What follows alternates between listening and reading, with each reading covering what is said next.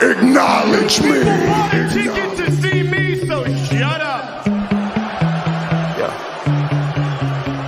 Los Angeles, Brooklyn, Montreal, the whole world. Oh God, here goes. I lost all feeling for my Acknowledge me. Said some shit that I can't let go. So just stay tuned for the rest of the show. So have you ever felt betrayed? Switches how you see things. Realize something needs change. Cause I know you got me fucked up. Let me show you what's up. Cause enough is enough.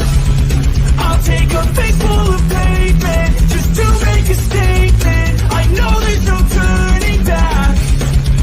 Oh God, adrenaline wasted. So mad I can taste it. I know there's no turning back. I'll do what it takes, I ain't making mistakes like that. I'll play it on your face to make you go take it back. I'll lose my shit, I go crazy when I'm mad.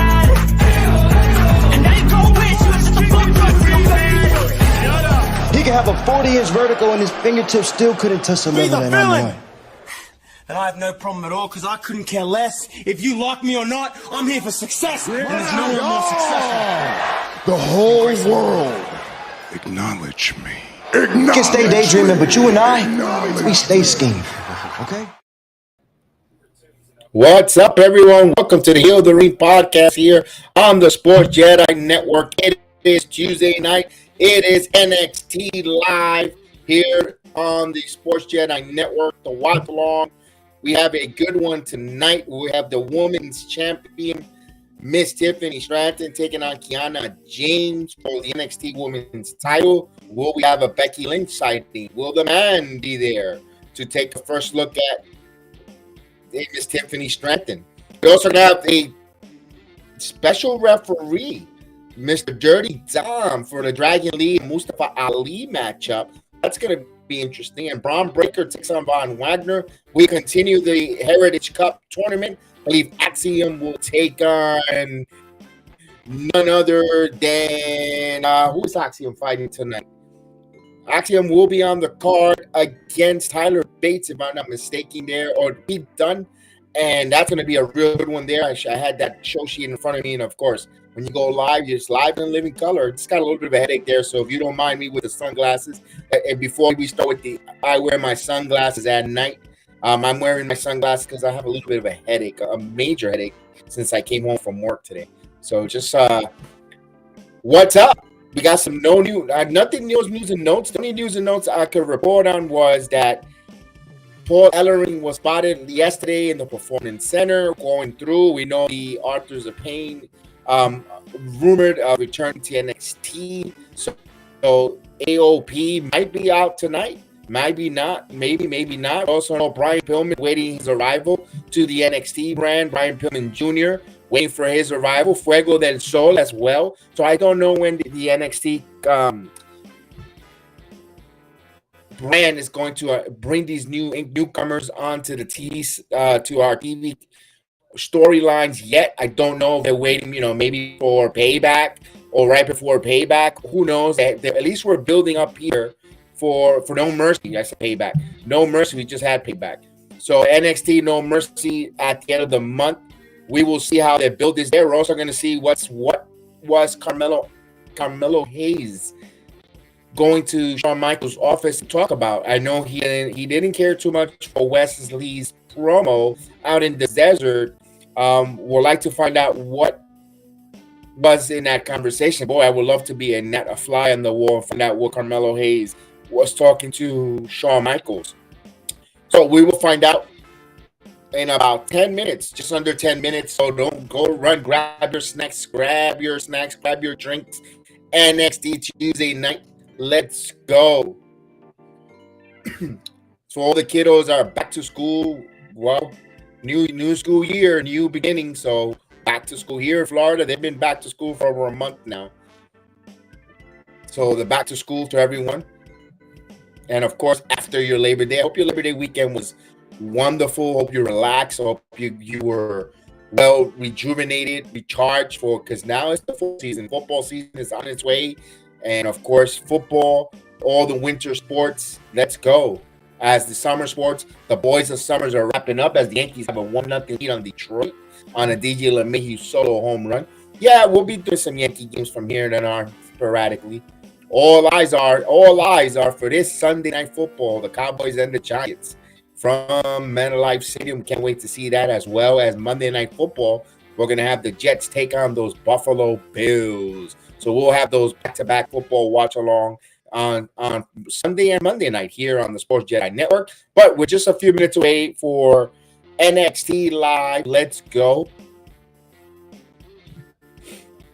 All the different bills there. The more we see, the more we starting to see what, of course, the aftermath for all these wrestling when it comes to CM Punk. Of course, you heard my thoughts yesterday on the Monday Night Raw watch along with Phil Brooks, aka CM Punk. Personally, where will he end up next? I keep saying it, and I'm going to stay with it. I would like to see him go to Impact Wrestling for at least a couple months to get run there, help that company grow, help them establish themselves. I think Impact Wrestling, they're getting a new production. Backstage, new stage, and all that. I think they invested some good money on the quality video from when it comes to Impact Wrestling. I think when you bring in a CM Punk, a Phil Brooks in, I think that's going to help that company mightily. Just think of the matchups with CM Punk. With CM Punk and Josh Alexander comes to mind immediately. You also have Kenny King. You also have Speedball Mike Bailey. There's so many different matchups that you can have with moves with Eddie Edwards. Even a Frankie Kazarian and CM Punk will give you some good matches there. And also, there's a lot of veterans. If you're worried about CM Punk coming out of line when it comes to with all shenanigans we heard on All Elite Wrestling, you got a lot of good veterans in that Impact Wrestling locker room and in backstage producers and so forth. Lance Storm. You've got Bully Ray. You've got Tommy Dreamer. So they've got guys there in the business that will put you in line and pull you aside and say, listen, it's not your time, really. You got a time to put the young talent over, and you know what? And vice versa. If a young talent looks disrespectful to a CM Punk, you got these veterans that pull them over. That's why it puzzles my mind with guys like Mark Henry, who just sits there collecting checks and just criticize on Busted Open, and he wants to kiss to how good the AEW product is, but meanwhile you're not critical about the crap that's going backstage. You're not becoming a vocal leader. You're not being a leader. You're just there for a paycheck, because you should be stepping in and say, this is not how we do it here in AEW. This is not how it's done in the business, period. He talks about how much friendship and how much he's really great with Vince McMahon, and he learned so much and this and that. So why are you not applying what you learned in your new company? Make it better. You don't have to copycat. The one thing that AEW needs to copy and paste is the etiquettes of wrestling business in their locker room, and they're not doing it. But we're about 10 minutes away, and they come live from the NXT arena, and if they see all our friends there live, I know we got Tribal Chief Terrence there. We saw him yesterday. Just Uzi. Of course, we also got Jay in the building. So we got a couple of our friends that are at the building live at the Performance Center. Any news or anything or any newcomer that's not shown on TV, we will have it. They will definitely have it here, first and foremost, on the Heel of the Ring podcast. Don't forget to hit the like. Don't forget to subscribe. And don't forget to share the program. Welcome everyone on the Facebook app, on the Facebook Heel of the Ring group page. What's up, fellas? Let's continue to have the group page grow. Share it. Invite wrestling fans that will like the Heel of the Ring and like all the different news and notes and situation stuff that we have on the Facebook group page. Let's grow. Let's grow this together, as well as the Rumble app. What's up, Rumble app? Salute Rumble app. Now you have to click on the link for the YouTube if you want your questions or your comments in the chat to be highlighted and acknowledged. Not that we're ignoring you, Rumble app, is that we don't see it here on this streaming platform. You have to come to the YouTube app and or in the Facebook or in the Twitch. Salute to Twitch. That gives me a second now to say hello, Twitch. What is up, Twitch? Now, what's going on? Twitter, X, salute everyone on Twitter. Truvo, salute everyone on the Truvo app, as well as the Instagram Live. What's going on, Instagram? We are live in the gram. Let's go. Hit that like. If you ain't down with the Heal the Ring podcast, we have 2 words for you. Just subscribe. Let's go. AJ Marshall. Yes, the author of Pain. Paul Ellering was in Orlando, Florida yesterday at the Performance Center. I don't know when they're going to debut, but look for them to debut. I don't know if it's tonight. Now, here's the thing, AJ. Salute. How you, by the way, AJ? How are you, brother? I haven't seen you in a while. I hope you're doing well. Always great to see you. Always good to see you, man. And great. It's going to be another good episode tonight at NXT. And of course, I know you're getting ready for that basketball season as well. And boy, I wish our Yankees will get back into it. But tonight there could be one game that could be back at 500. So let's hope they get to 500 with the Baby Bombers 2.0. But it's good to see always AJ always watching along and joining us always in the chat. Always appreciate him. Now, authors of Pain, you bring those guys in there.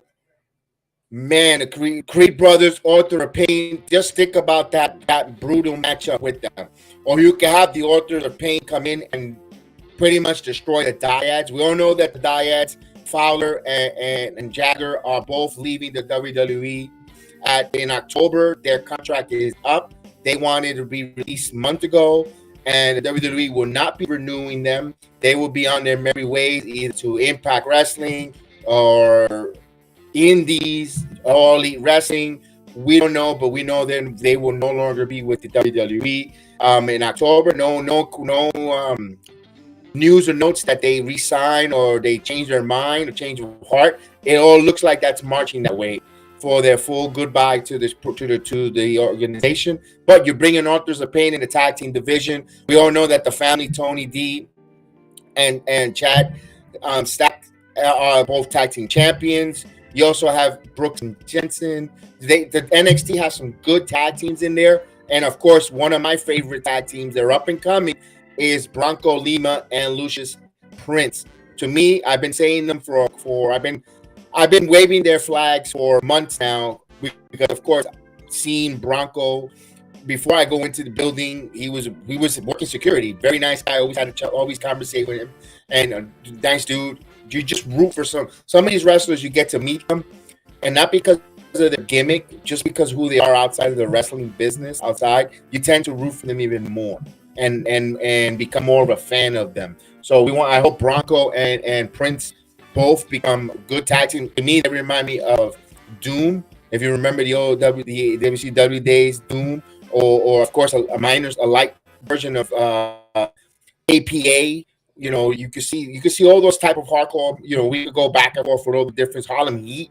But they right now for Bronco and Lucius, they just got to step and make them who makes them their favorite, them who they are. So I know they'll start cooking well in the Performance Center. They've been working their butts off, and good to see them on TV. Also, I think I put in the graphic. There's rumors of a women's breakout tournament. I think it's going to start tonight, or they're going to announce that. So we have a women's breakout tournament.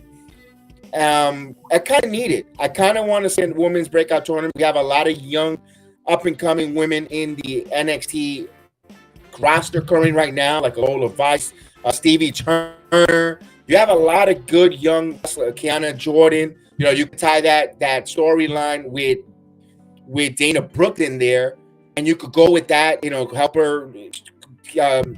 You could have she lost a tournament, Jordan, because of Brooks turning on her. There's so many storylines there, and again, we've seen how the WWE is cooking. Now, those of you who are joining me say, why Jedi, are you wearing glasses? I got a headache. I got a really bad headache, so I'm wearing the glasses. Just don't mind me with the glasses there. Not trying to be cool. Not trying to make a fashion statement. Just got a major headache. And instead of canceling the stream, I wear the glasses, and we'll walk along together with that. So just wanted to tell you that off the top of the bat. A little TMI maybe, but I just wanted to make sure so you don't say, why does he look like a fool with glasses at 8 o'clock at night? And so we're about to start here.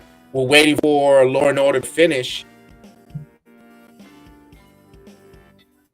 So we're waiting for that to be concluded, and we're getting ready right back to the NXT brand here. Braun Breaker, Von Wagner. There's a lot of talks that Braun Breaker will be heading to India.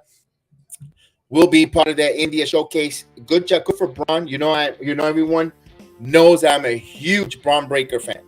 I am a huge Braun Breaker fan. The kid Brunson is such a nice kid. Really nice dude. Pretty much was his only cheering section in NXT when he was in his face run. And I stopped going when he turned heel, not because of that, but for other reasons. But that's when I stopped going. As soon as he turned heel, I wasn't there to see him turn fully heel in front of my eyes. But I'm a big fan of Braun Breaker. I hope he does well on the main roster. Personally, I know it should be Jimmy. I think it should be Jey Uso. I think Jey Uso is going to take the title from Gunther, but I wouldn't be surprised if you build Braun Breaker in Survivor Series to take on Gunther like a surprise, and just the same, and just have him win that title from Gunther. I think you catapult Braun Breaker's career in the main roster. Like, whoa, this is important because let's face it, Braun Breaker was the last man to pin Gunther in any of the shows. Hey, Jose Melo, salute, as our Yankees have a 1-0 lead there. Elijah Lemieux with a leadoff home run. We're trying to get back to 500, Jose Melo. Trying to get back to 500 for those Yankees, man. If can they make it there, only time will tell. It's good to see Jason Dominguez getting the salute in Yankee Stadium, but no Austin Wells. I mean, the fans want to see all of them in the building, Jose. But saludo to you, brother. All right, so as we're ready to start here, we're getting the... Let's go. It is the NXT. We're getting the together sign for... Let's go. NXT live begins now. NXT. There's our friends there right off the top of the bat. And the Performance Center's packed tonight. Let's go. Where is this? And we have both ladies are in the ring. Women's title to open up the match. I love what WWE is doing. We saw Trish Stratus and Becky Lynch open up in the steel cage on Saturday night. Now we have Kiana James and Tiffany Stratton opening up Tuesday night here. Let's go. Kiana James. Now, no one thinks Kiana James is going to win this title tonight. But, man, she has become a breakout performance each and every week, every month that goes by. Kiana James is not pretty much time by this time next year. She'll be on that main roster because she's got it. And Tiffany Stratton is also one who's got it, but she needs work on her promo skills. She needs to command the microphone and she needs to command an audience. I know, and she admitted herself and busted open that she needs to work on her promo skills and the psychology of the promo skills, which is great because you're your own worst critic and you always want to be better. And Tiffany, I liked it that she recognized that. As we get the match here, arm elbow tie up by both ladies, of course. And we on his way here. Let's go. Trish is my first wife. Wonder how she's doing. She's got a chichon on her forehead, but she should be all right. Oh, Tiffany with the somersault. Tiffany, we're doing a little matrix pop up. Little showboating by the women's champion. And the crowd appreciates it. Here comes Kiana. On collar elbow tie up. Oh, there goes Kiana now, rolling over. Now Kiana showing her flexibility and her skill set. Let's go. Both ladies here starting off for good. And there's Tiffany doing some sets, and now she gets Kiana cartwheels. Nice back and forth here on agility and athleticism by both ladies. Escarbo, the referee there. All right, here's working on her shoulder. Tiffany grabs the rope immediately.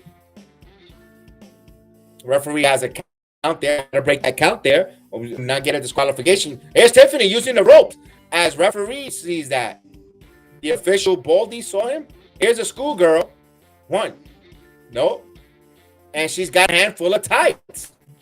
Who doesn't want to grab a handful of Tiffany Stratton tights? Here's Stratton. Oh, hip attack. Is he going for a pin? 1, 2. No. Don't get a kick out at 1. Kiana James kicks out at 1. So this match is starting off on fire right now by both ladies. Oh, Kiana goes to the middle of the... Here's a kick by Tiffany.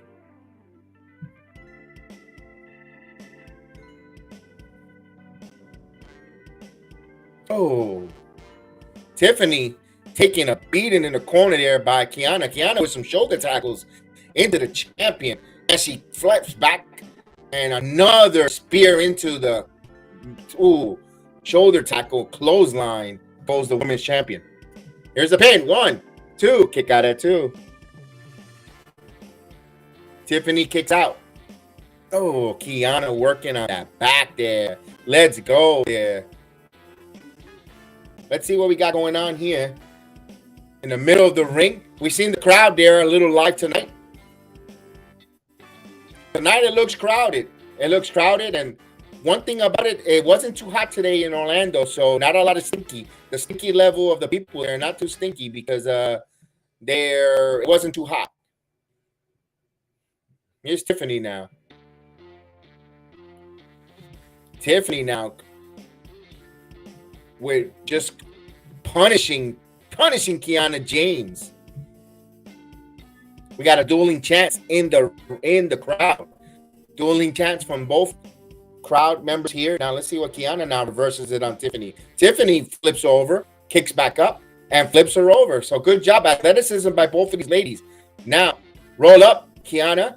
No one home. Tiffany thought she was, Kiana with another big boot.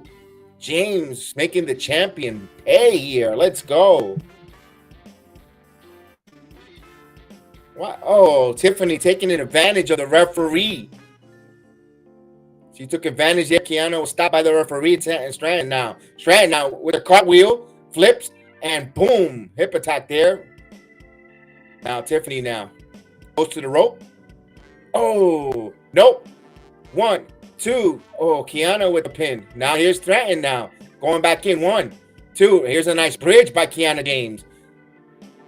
And she's trying to get him into a backslide after that.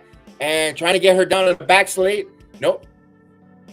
Tiffany now whips Kiana to the ropes. Mess with the clothesline. And, double clothesline by both ladies. Let's go. Yeah, I saw that. He's his personal catcher. He'll pitch it later. Yeah, because he'll get the crowd going. He'll get that standing ovation when he comes in as a pinch hitter, Jose. Yeah, I thought about that. When I saw the lineup. I said, wait a minute. Tiana misses with the purse. We got a face buster. 1, 2. Oh, we were half a count away of recounting a new women's champion. And they're taking the purse away. Get it out of here. Get it out of here, as the referee says. Oh, right to the eyes there. Now Tiffany. Here's a rolling. Now she's going to go up to the top rope. 1, 2. And a moonsault. Oh, what a beautiful moonsault. This should do it. 1, 2. Champion retains. In a good opening contest. A good solid 8 minutes here. The ladies gave us a solid 8 minutes. Just the right amount of time there that they had on All In. And Wembley for women's championship. But this much more exciting, much more fast-paced. A double clothesline by the ladies, the athleticism that both ladies show. You know what? These two ladies work well in them, and I hope we could see this later on in the future. Kiana James and Tiffany Stratton on the main roster. I'm all for it. I can't wait to see that headlining a possible pay-per-view. You know, I'm all for it. I think this is a rivalry between these two ladies that we're going to see from years to come. So I'm excited to see that. Good job there for Tiffany Stratton winning here.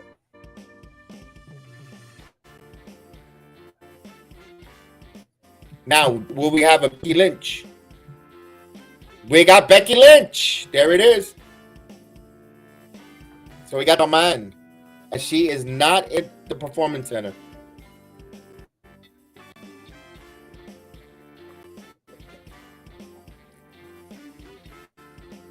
So Becky is challenging her for the title.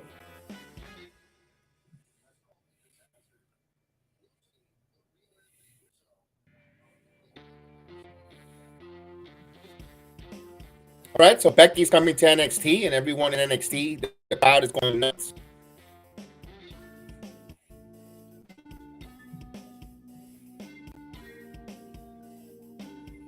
All right, Let's go. So it's Becky Lynch versus Tiffany Stratton in the main event next Tuesday night.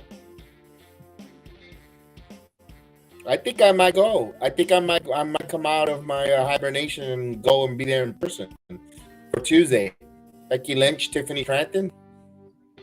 All right. I see Carmelo Hayes coming into the building. And there's Wesley.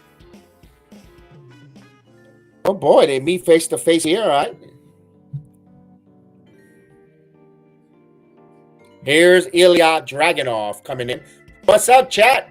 Guys are quiet this afternoon, early evening, as Ilya Dragunov comes in.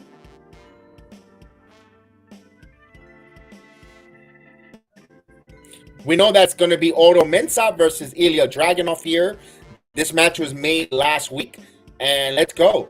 So right now, the WWE goes right into the next matchup, and let's go. Otto Mensah versus Ilya Dragunov. That is next here. They're going to take a commercial right now, but don't forget, you still have a chance here to go get that snack, go refill the soda, go get the iced tea. Let's go. Come on back. You also have time to tell people what's going on here. Share and like and subscribe if you're new to the channel. Let's go. I want to hear your thoughts here. What would you like to see tonight? Would you like to see the return, the debut of Brian Pillman Jr. tonight? Do you want to see the Author of Pain come out and cause some havoc later on this evening?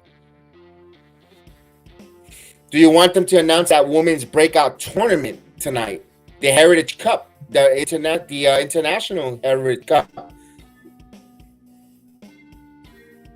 Do you want to hear some news about the NXT Women's Tag Team title that's been in oblivion, that they unified for no reason? They should reunify it and have a tournament for that. They need to bring those titles back out.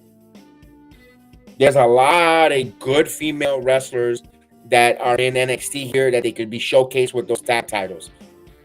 You know, you have Jakari Jackson, Lash Legend. If you come to mind, Lola Price and Elektra Lopez. You could also make some tag teams up. You know, Dana Brooks with Kiana Jordan, although we know where that's heading.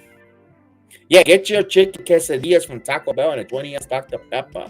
There we go. There you go. Mira, Jose Melo tiene hambre. Tiene hambre, papa. Tiene hambre. Me, just give me some croquetas de bacalao. Give me some croquetas with bacalao. Give me a couple of those and I'm happy.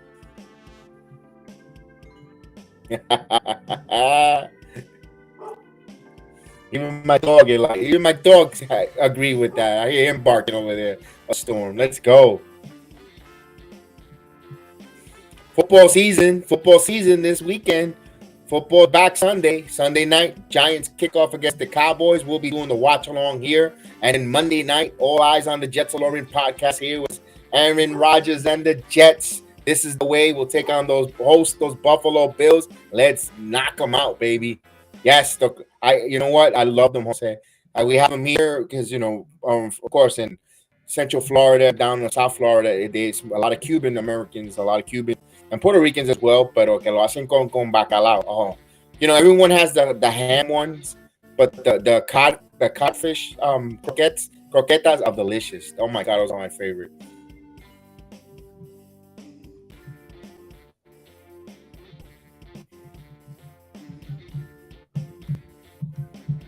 All right, we're waiting to come back from the commercial break here. And it's still 1-0 Yankees as that game is in the fourth inning. And we're like under 35 to 40 days away before the NBA season kicks off. My goodness, we're going to have Knicks basketball back. That'd be great to see everyone from the channel back up in arms. Hopefully we continue to grow even more. Rangers hockey preseason at the end of the month. And 2 weeks away before NHL camps kick in, so that's going to be fun. NHL season is right around the corner too. As we come back, and we have Diamond Mine bringing back the banner.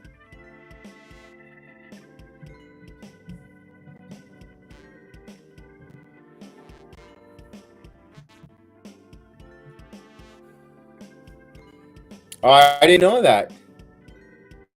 I did not know that drama. I did not know that. Let me move this here. You saw that the Sean Payton was yelling at Russell Wilson because instead of practicing, he was talking, taking pictures, and kissing people. Whoa! We got the champs there. It's the Don of NXT, Tony D. Okay. He said you're not a politician. Running, stop it. Huh. Buscando voto. Está buscando voto. Hey! Here's my friends and Nofe and Malik. Let's go. So we see that Malik is back from his wedding. Good job there. Congratulations to him and his lovely wife.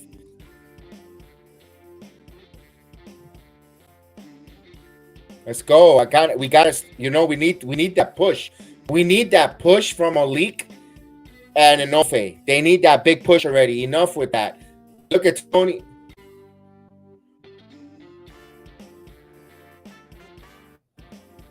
Tony D'Angelo and Channing Stats. I think we're gonna have a number one contenders tag team match. I'm good with that. Let's go. So Dragunov has been in the ring for quite a long time, doing nothing. Now I'll give you a peek behind the curtain. When they have that long break like that, they go and they take pictures, they sign autographs, and they start to interact with the crowd. So they're not just there. Unless you're Cora Jade, rarely interact. Certain wrestlers don't. Roderick Strong. Well, we all knew Roderick Strong didn't want to be in NXT. He wouldn't talk to no one. I mean, the whole arena sang him happy birthday. He'd ignore it. Like he was on his birthday. He was being a douche. He wanted to leave. But usually they go in and take pictures. Indy Hartwell was the best at that. Indy will go and take pictures with almost everyone. Talk about politician running. Jose Melo. That was what wrestlers do that. But you know what? There's a lot of kids in there, and that's how you gain fan base. As we get the Metaphor, that's another great entrance by the Metaphor with Oro Mensah, Lash Legend, Jakari Jackson, and Noron Dar, your Heritage Cup champion.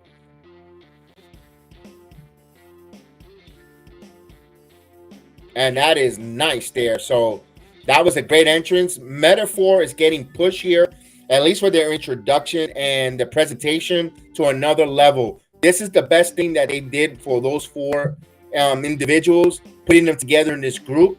It works, and now they're getting over with each other. They're getting over to fans with everyone good, because I was worried about Jakari Jackson and Lash Legend being lost in the shuffle there. Wasn't getting that push, but now with Metaphor, they feel very important. They feel, we try in the crowd to try to get them over, but again, at the end of the day, it's creative that gets them over. With this Metaphor, you've seen the ladies come at ringside at least more and more with the guys. Oh, what a move by Ilya Dragunov.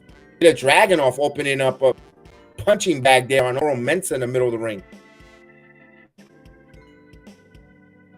That was nice takedown there by Ilya Dragunov. I'm gonna tell you one thing. Ilya's a good wrestler and all, but his shelf life in NXT is kind of getting dwindling. I cannot see him here come next summer back in NXT. They gotta make a move with him. And by next summer, he's got to be in the main roster, or he can't be in NXT. He's gonna get stale in NXT. Pretty soon he's got to be one of those call-ups for Royal Rumble to stay up or something, because what much more can Ilya do? He's such a hard-hitting, good in-ring technician. Look, JD McDonough did not stay that much time in NXT when he came from your NXT UK. He was in the main roster a couple of months, and then he left. And he got called up with the new draft. I think almost to 8-9 months in NXT. I know Ilya back and forth with injuries, and we didn't see him that consistency, and he also had that visa issue. But we need to see him. I say Royal Rumble, and it's time for him to go to the main roster, in my opinion, when it comes to Ilya Dragunov. All right, let me read this comment from Jose. Who would you say has the best entrance ever? I would like to say Sting. Looks like the Crow coming down the ceiling, dark. The Undertaker second, came third. Those are great. But you know what I said? Nothing beats that nostalgia when you have the Ric Flair. And they doom doom doom doom doom doom. And that with the symphony, that's a hell of a entrance. There's so many good ones. Undertaker, of course. That's a great one. I'm trying to think. DX, because you get pumped. Everybody in junior high school got in so much trouble, at least in that generation age, junior high school and elementary, doing the DX chop. And that's how, that DX entrance is iconic. So just think about everyone doing the suck it. Earthquake had a good one too. Earthquake. The Macho Man. You don't tell me when you go to when my kids graduated, every time I go to a graduation ceremony, whenever you hear that graduation ceremony music, you're thinking of the Macho Man. If you're a wrestling fan from the 80s, you're going to go, oh, yeah. Every time that someone at graduation time, I always got to do the oh, yeah, and I got to do the, dig it. So that's another one that will stay with the test of time. Y2J. Even his new one now, with Judas in My Mind, everyone's singing along. That's another one that he got over again. John Cena, You Can't See Me. I mean, that pumps you up when you hear that. It stops you. Wrestling with their introduction, it just hits. It just takes you to. It gives you that 30 second to 45 second escape when it comes to those entrances, because you stop thinking about things. You're like, oh, and you think about you even if you hear it outside of the wrestling world, it stops you. You don't tell me when you hear that Ultimate Warrior rip when it first starts. I think the Oakland Athletics was using it for a while, a couple years ago, with his intro, and people were like, "Oh, that catches your thoughts." Like, "Oh, the Ultimate Warrior." That's what wrestling music does, man. Wrestling introduction, it just the intro tells you a story. That's why I always say if you're a big wrestling fan, if you want to get over real quick with the crowd, you gotta have a good entrance song immediately, because it also warms up the people. That's why I wasn't a big fan of the Pretty Deadly song. That new Pretty Deadly song that they had, like Alpha type, I wasn't a fan of them. I liked the old Pretty Deadly song in NXT, because it was like, oh, it went with them.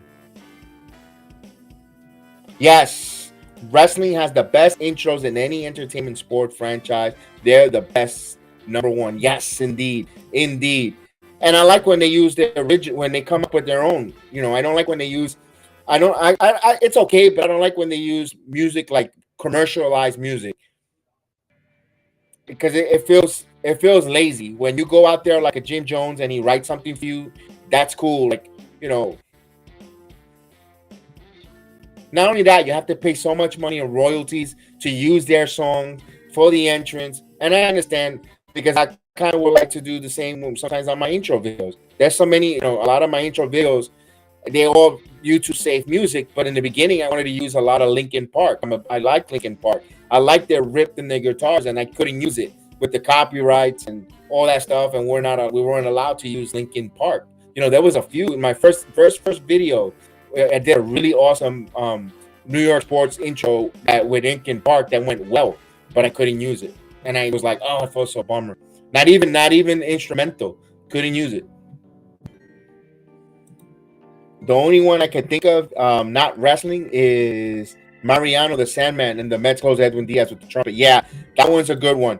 When you had the trumpet, and of course, Enter the Sandman, and Trevor Hoffman, when they had Hell's Bell, when he used to come out, and I know, even though he failed in 1998 when the Yankees beat them in San Diego, but when Hell's Bell came out, you were like, oh,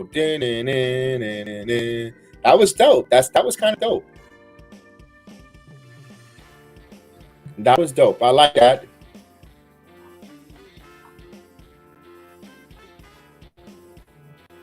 And baseball does that with their music, with a little bit of introduction music, with all these different. When it comes to the batter's box, a lot, they try to incorporate a little sport entertainment there in baseball. I'm for that. Oro Mensah in control as they're in picture. Now, yesterday, Raw did a good job with the picture-in-picture. I know a lot of folks tend to snark at it or roll their eyes or not a big fan of the picture-in-picture. Raw did a good job because I felt like you didn't miss none of the action last night on Monday Night Raw, despite the fact I'm not a big fan of the picture-in-picture, but when done right there and the importance of the match, it keeps you invested.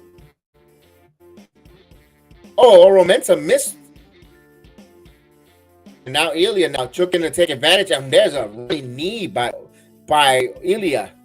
Dragunov answered with a knee, but Ilya, what is he doing there? Dragunov always looked like he's like hurt, like he's drunk, like it hurts for him to walk. Like, I don't know if it's a little too oversell or what when it comes to Dragunov. Here's Oro Mensah with a beautiful flip, but no, turn around. What a clothesline by Dragunov. That was a nice sequence there. It was Oro Mensah flip and kind of like a 619 by Ilya Dragunov into a clothesline. And here's some German suplex. 2 German suplex in a row. He's trying to go for the trifecta Germans. Nope. Oro Mensah holds on with a headlock. Good job by Oro. But now Ilya with a takeaway down.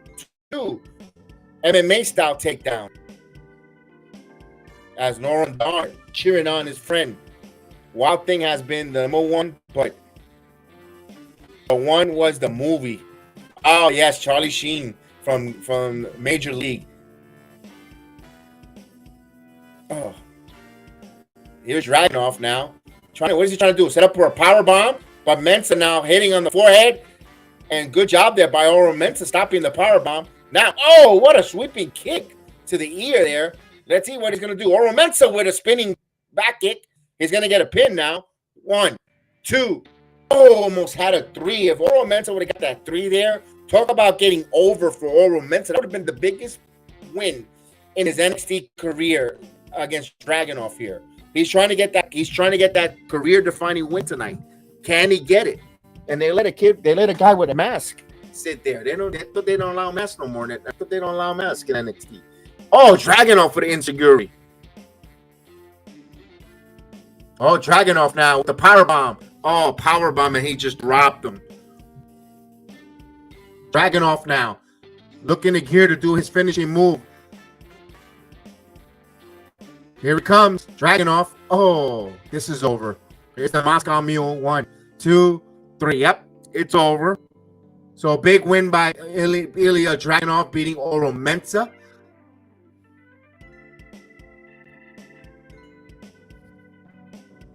Hey, Oro Mensah in this loss really looked good. You thought that Oro Mensah might have gotten a victory over Dragunov, but there was some spots there on a nice kick under the jaw of Mensah. Fought well, one of his best matches in NXT so far. I'm good for him. I hope he continues to excel and get better for Oro Mensah, because I was worried about him. I wasn't feeling him. I didn't like him when he came out with the snow gear in the beginning when he first came out. I was like, we're in Orlando, Florida. What the hell are you doing with ski boards, with ski shoes and skiing equipment where, your gimmick didn't match the location you were in? I didn't feel his gimmick. I thought it was kind of But now, wait a minute. We got Wesley interrupting the match here. Here comes Wesley to cut a promo. Hold on a second. Yeah, Rizzo's out because of the concussions, and he's not going to have enough time to get back in. They shut him down today. Yeah, I saw that too.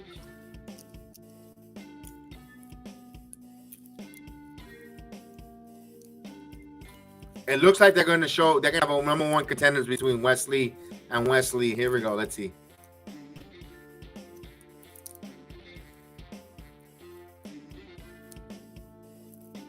Ilya says you have to wait. Uh-oh.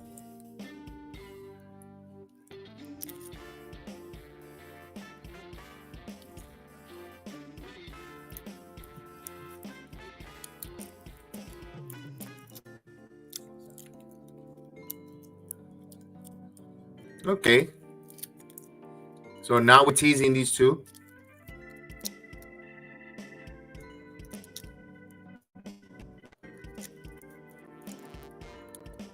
All right. Oh, here comes Carmelo now. Are we teasing a triple threat? I don't want to see triple threat. I don't want to see a triple threat because I don't want. I want to define victory. I want to see someone get a pin. I don't want to see Ilya Dragunov in a triple threat. Yeah. Melo says talking to two guys that I already beat. All right. Uh-oh. He's going to share the conversation with Shawn Michaels. Who is our top 3 women wrestler of all time?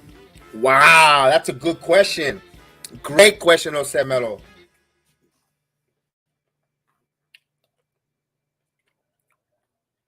It's got to be paused here. You got to go with China has to be number 1. Well, not number 1. You could, the top 3 you said. Now, everyone can rank it the way you want, 1, 2, and 3. China has to be put up in the top 3, in my opinion. I'm not going to go Fabulous Moolah because it was a different time with different. There was a lot of politics, not a lot of competition there. And I'm going with from the Attitude Era up. You got to go with China. Wesley versus Ilya for number 1 contender. China.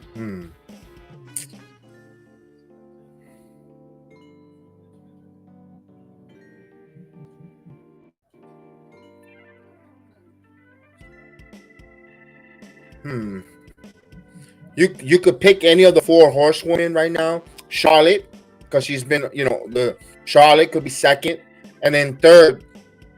If you had to pick one third, it's by your choice. What I mean by your choice, some of these ladies' careers aren't finished yet. I'm not gonna go with Trish, Lita. I wasn't a big fan of them. Because to me, you could always move. You could change it. You could always change it. But the top 3 right now with career done, I know Charlotte hasn't finished her career either. So you could change your list in 5 years from now. But let's go with the retired ladies. You're going to go China. Due to her dominance, and I know no one watched much of it, Awesome Kong, number 2. Again, this list could get changed because you could go by wrestlers that are, once they retire, we could put them on the Mount Rushmore. So we're gonna take Charlotte off. Awesome Kong, China. Trying to think of another retired wrestler female that could be like right up there. Like what she did was like, oh wow.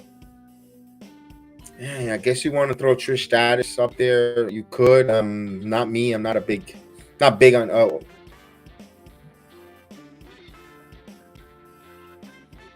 man, that's a good one. You got me stumped there, Jose. You got me stumped. All right, so we get Heritage Cup matchup here. We got Nathan Frazier, the Flash. Oh my God, that guy is so fast. So here we go. Group B Invitational, Global Invitational Heritage matchup. Nathan Frazier.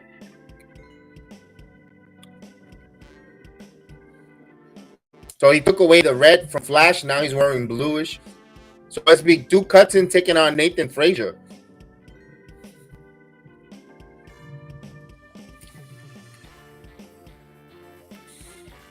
Jose, who you got? Who you got on your list? You didn't tell me.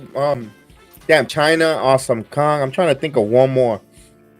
That's like, wow. That's chopped, and you're like, I guess you could go AJ Lee. You could go AJ Lee there, or Gail Kim, if you want to go that route with the retired wrestler. Now you could change it in a couple years when Charlotte retires. Mercedes. You could go Becky. You could go the Forest Woman, Bailey. You could go, but as the Tigers tie the game 1-1 with the Yankees.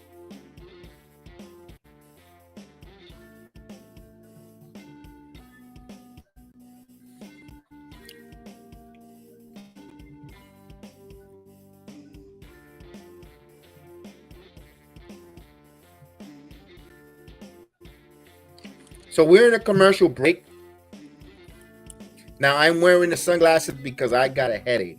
It's not because I'm trying to act cool. Just wanted to let you guys know. Alondra Blaze, yeah, you go. Thank you. You're right. Here you go. Alondra Blaze, Awesome Khan in China. Thank you, Jose, for helping me there. I totally forgot about her. And I'm like trying to think of, man, who the hell is a woman wrestler that wrestled in WCW? Yeah, I could go with China too. I mean, Charlotte there. You know, I just wanted to leave it retired and then no, but Charlotte is going to enter that conversation. You could put her no, and that's fine too. Alondra Blaze, Charlotte, and China. I like that. I like that list there. Jose. I like that list. You know, with Awesome Khan right on the heels of Alondra Blaze. Awesome Khan. I know she didn't wrestle much in WWE, maybe for a cup of coffee, but what in Impact Wrestling, she was a dominant force.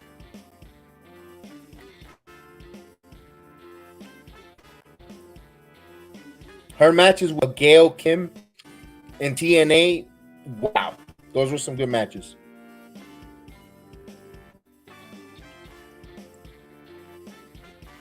So they're in a commercial break. We're going to have the Global Invitational Heritage Cup tournament with Duke Hudson taking on Nathan Frazier. Duke Hudson, Australian. And Nathan Frazier's English, but aka Jersey. Not New Jersey, but Jersey.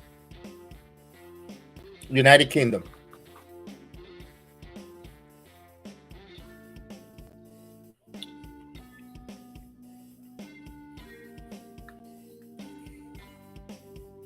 Top team tag teams of all time. Awesome. Love that question. Of course, you're gonna go with you're going personally. This is my tag team for me watching. I'm going with Demolition. I'm going with Arn Anderson and Tony Blanchard. I thought they were dope. They were really awesome. And what they did,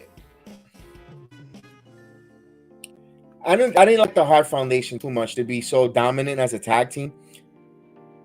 Because I like the longevity. I love the longevity of Tony Blanchard, Arn Anderson, part of the Horsemen. I love the longevity of Demolition. And if you want to go tag team who just they always together and they did a phenomenal job and won, were the Dudley Boys. Because they did hardcore and they were able to go mainstream. They did it in both different worlds. So I gotta respect that from the Dudley Boys. But that again, that could be subject to change. If you want, you could take some teams out. You could take the Dudley Boys out and put the Usos. Take the Usos out and put the Road Warriors. You know.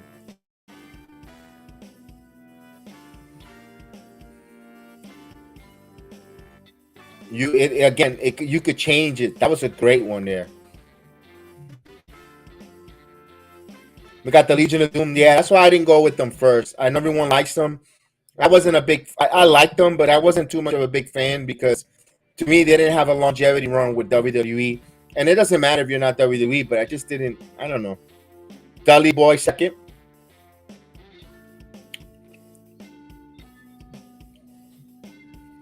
Christian and Edge.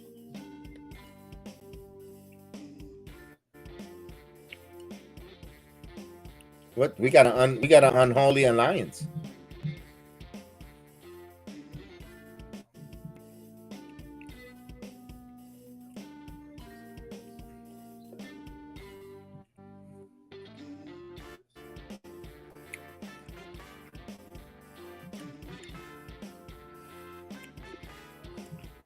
Look at JC Jane.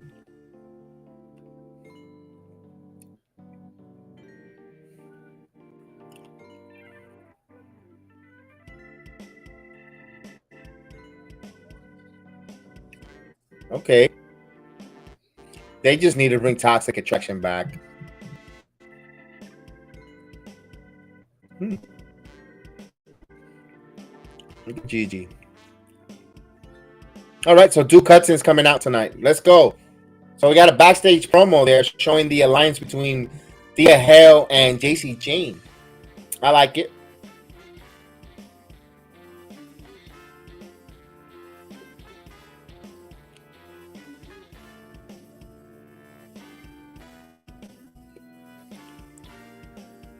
All right, Duke Hudson has a victory over Tazira Gasawa on Level Up this Friday. Wow. Kazira Kasawa can't even get on the main NXT. He has to wrestle on Level Up and main event. Poor guy.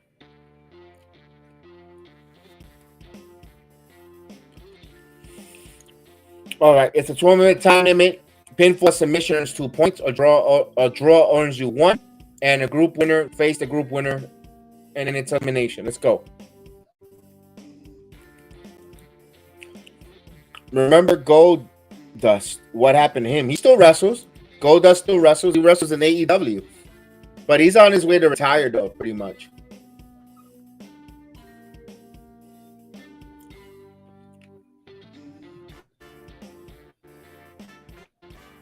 Okay, here we go. Nathan Frazier to Hudson. Hudson now taking control of the match here. Side headlock here. Oh, look at that headlock by Nathan Frazier. Nope, Duke Hudson now to the underneath the legs. Duke and the back of the headlock goes Nathan Frazier. Duke overpowering, pushes Nathan Frazier. Back to the headlock. Come on, do something other than the headlock, Nathan. Oh. Changing direction. Good job by Nathan Frazier using the speed. Now Nathan Frazier now in another headlock again. They're booing the headlock, and Duke Hudson now drops him. So the fans boo the headlock there. 1, 2. Just kept doing headlock. Like, dude, do something else. We got the metaphor lounge there of just sitting up top. That used to be the old Toxic Attraction lounge.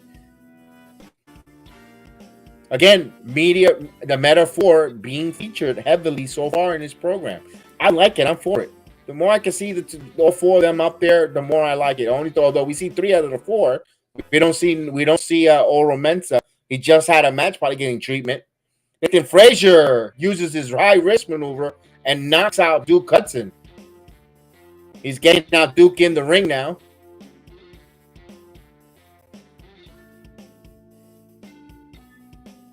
Oh, Duke Hudson now. Oh, he keeps using his power and knocks him down as they show the ladies in the lounge.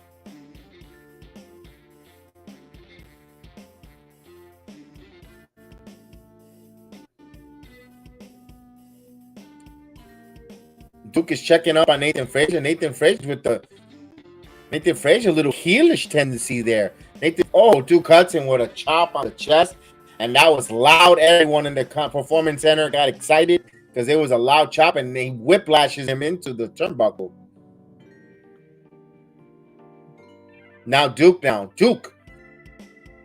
Nope. Try to get the power bomb. He's trying to get him back up. He's trying to get him with a razor's edge type. The crucifix. Razor's edge. Nathan Frazier with a curl Karana. And Duke hits the buckle hard there. Here's Nathan Frazier now. A super kick into the midsection now. Nathan Frazier, what's he going to do now? Going to the top rope. Oh, he got him. He got him with a splash. 1, 2, 3. Nathan Frazier gets a clean victory. He is still alive in the Heritage Cup run as Duke Hudson gets a pin. So Frazier needed that. Now Nathan Frazier needed that victory. So Coffey with 2 points, Frazier with 2 points, Duke Hudson with 2 points, and Kazira Tosawa, nothing. Don't tell me they're going to have Tosawa lose all their matches and get eliminated first. Come on. Really?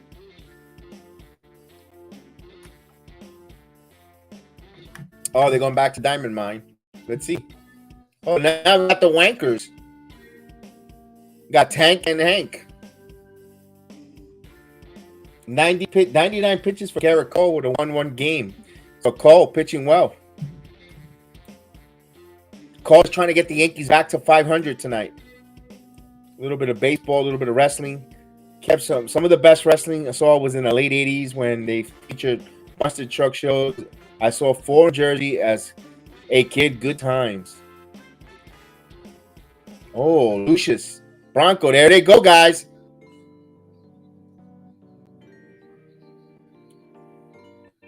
There you go.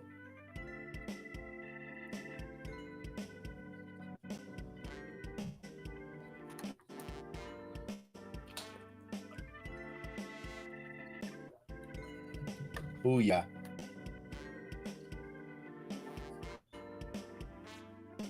Who's there? Oh, no, it's Reggie. Scripts. Oh, he's a manager. I like this. Reggie could be a manager. Remember I always tell you guys, we need to start making managers. Maybe Reggie found himself as a niche here. I like it. Let's go. Reggie as a manager, let's go. That was cool. Oh no, Caballero versus Tyler Bates. I am not invested in this match. I hope it's a good match, but Dabba-Kato doesn't excite me. I like Tyler Bates, but Dabba-Kato doesn't do it for me. He sucks.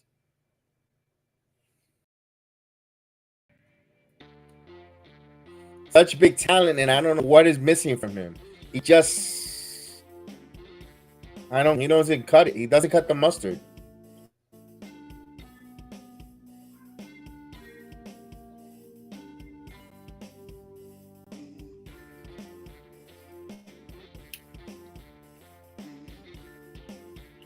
All right, we got a commercial here as they show the WWE schedule, the upcoming live events.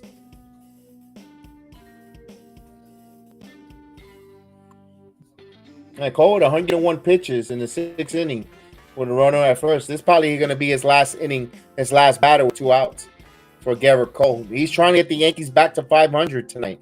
Big game for the Yankees there. They win. They're back at 500 finally there with about 24 games left in the season. Can the Yankees in the last 24, 25 games, can they win 17 out of those 25 games? If they do that, they could probably be there teasing where the final week of the season, they're in contention. I still think they'll fall short, but they could tease and at least get the fan base a little excited with the kids. And if they could win 17 in the last 25 games, anything could happen. I know I'm asking for a lot from them because they didn't show us crap all season to think they could play that well, but you never know. As we wait for the commercial here for NXT Live here, don't forget to hit that like button.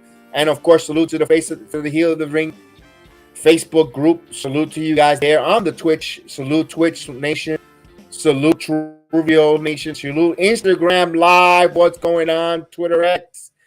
And the YouTube app. And all our people in the Rumble. What's going on? Rumble app. Now, you can see my partners here on the channel. They're joining me on tonight. You see them with their John Cena costumes. You can't see me. Of course, you got Heel. You got Chris, The Flash. You can't see me. Of course, Terrence is at their location live. Chef Dan working. And, of course, Terrence is there at the arena as well. But everyone else got their John Cena costumes on. You can't see me.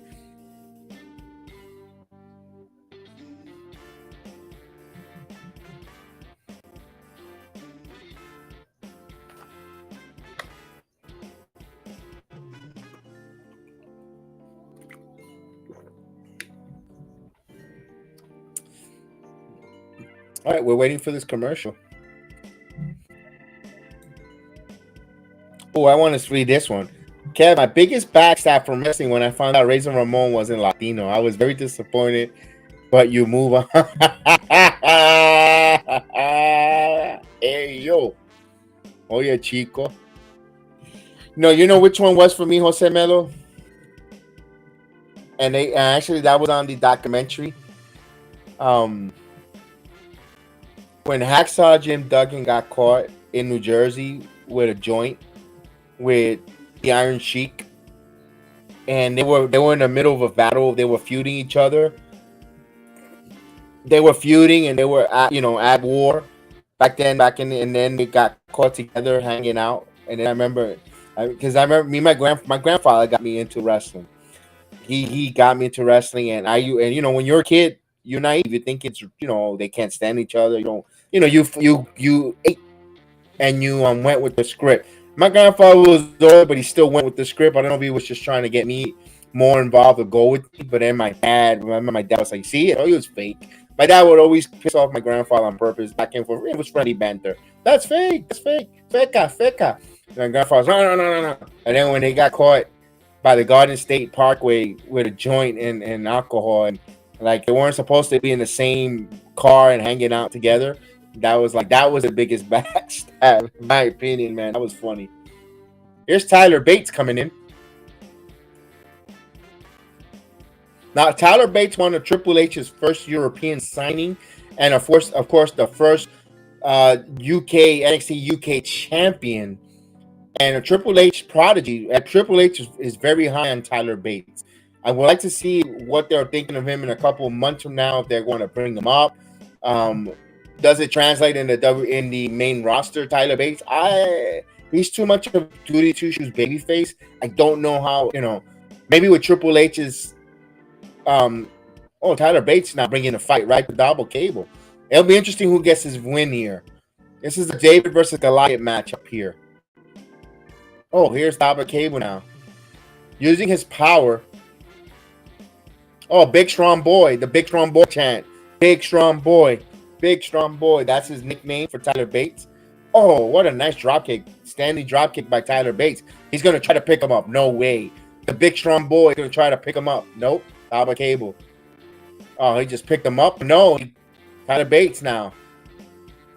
Oh. European uppercut there as Tyler Bates goes down. Double Cable now with a submission move. Double Cable looks like he belongs to be a bouncer in some club somewhere.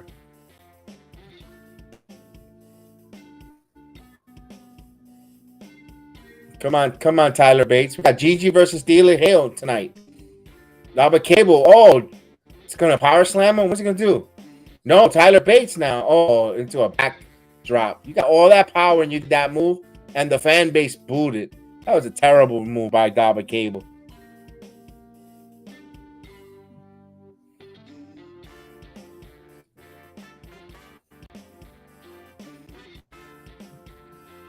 Yeah, see, there's something that doesn't click with me with him. I'm like, can you wrap it up already? I'm not a fan. I'm not a fan of this.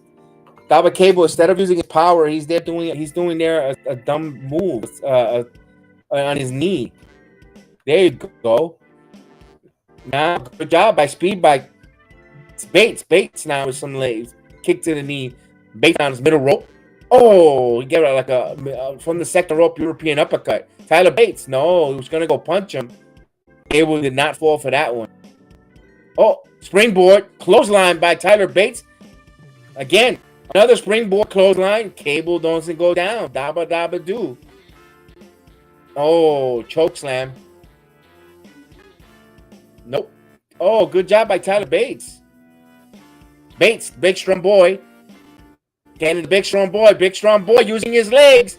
Big Strong Boy. He's got him up. Big Strong Boy with the airplane spin. Big Strong Boy is taking him to. Oh, Big Strong Boy starts to. The arena is screaming Big Strong Boy, and he slams him. Yeah, Big Strong Boy, let's go. That's how you get over with a crowd. Big Strong Boy Tyler Bates. Now he's going to fly. This is awesome. Oh, he got him with a 450 burning Heenan splash. 1, 2. Tyler Bates beats Double Cable. The Big Strong Boy. Big Strong Boy. Big Strong Boy. Big Strong Boy. Let's go. Nice for Tyler Bates. That was a good victory for Tyler Bates tonight. Wow. That was good. Oh, look at this. Dirty Dom with the referee shirt. Oh, Carmelo Hayes. And Dirty Dom. I'm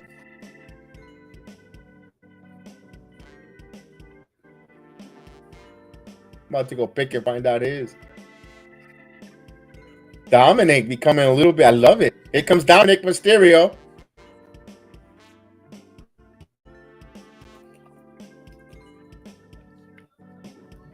Here's Dirty Dom.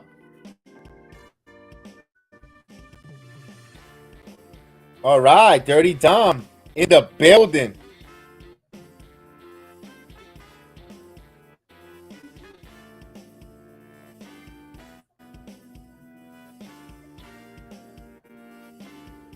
Mysterio. Is mommy's boy toy.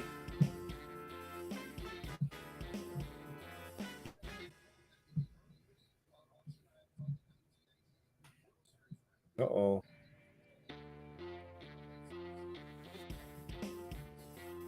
Got the ladies in the back commenting. Look at all the eye candy in the back with the ladies. See, they have a big roster. What's going on here? Kiana James is upset.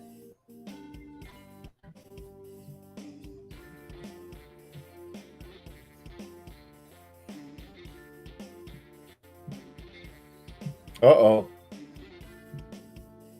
Oh.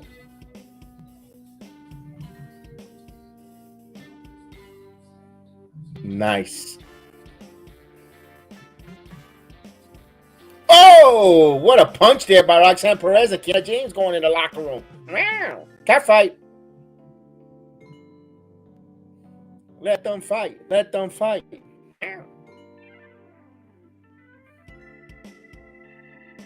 Oh, here it is. Who is the biggest antagonist of the week? Andy Kaufman or Bobby Heenan? Whoo. Andy Kaufman wanted the heat, but you didn't take him serious, Jose Melo, because he's a comedian. I know he did that Memphis route where he was beating up on women and all that stuff and being antagonistic with that, chauvinistic, that I don't think it will work in this day and age. Bobby Heenan was just an antagonist all the way. He didn't see nothing good on none of the faces. He was always applauding the heel. I'm going to go Bobby Heenan because he had a longevity at it. And he always, no matter who it was, Andy Kaufman was great at what he did, but he only targeted women. And then when he did the Jerry the King Lawler, that's it. He didn't take Bobby Heenan evolved it, and he went and he made a wrestling career for entire wrestling career as an antagonist. So I'm gonna go with Heenan on that, in my opinion.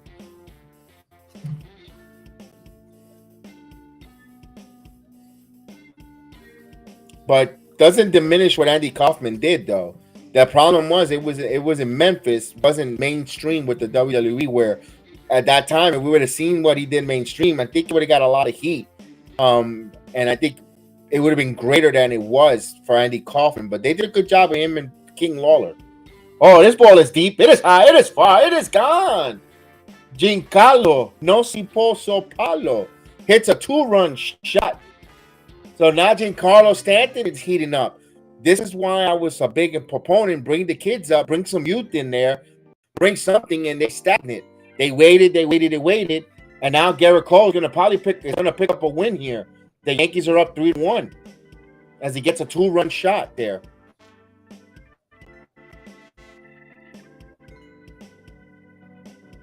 And Boone just gave him a hug like, you just saved my job. Yankees trying to climb back to 500 tonight. It's 400 career home run for Giancarlo. I know Marias must be excited. Steve Stanton hit his 400. Miss talking to Maria, miss seeing Maria, but Yankees got to play better, and we'll do a couple games here and there. Stanton gets a current call. So Stanton gets a current call. Thank you to the Yankee fans. 400 home runs. That's a milestone achievement for Stanton.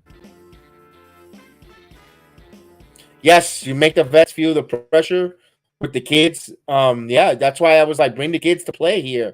There was no reason why Everson Pereira should have been up to play left field instead of peacemaking left field. And especially they're not going to make any moves. That's why I'm kind of bothered and upset with them too. That's why I'm not running too back. You don't see me running quickly back to do the running to watch-alongs. I'm excited that the kids are here, but I'm not running back because of their stupidity. I'm kind of protesting the management for what took you so long. I've been screaming all year. You got to bring the kids from time to time, see what you got with them. You don't have to bring them all. They put them all up at the same time. It might work for them, but they could have injected some of these kids from time to time. I'm going to help them. All right, so here's Baron Corbin backstage.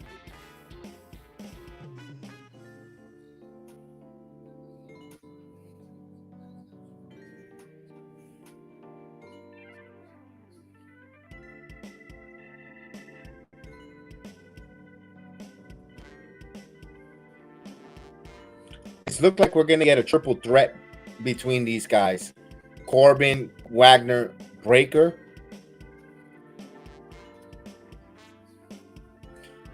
He says he doesn't care unless if Corbin wants to be a manager, like a wrestling manager. Again, I maybe I'm redundant. I know, a lot of you guys watch along with me, and I keep saying they need to make managers. Like I know Harvey Vanal. Javi's one that should be a manager. We see Reggie taking that manager role with Lucius and Bronco. I like that. That one's cool. And of course, we know next week it's going to be Tiffany Stratton and Becky Lynch. Come on. That's the main event next week. That's going to be good.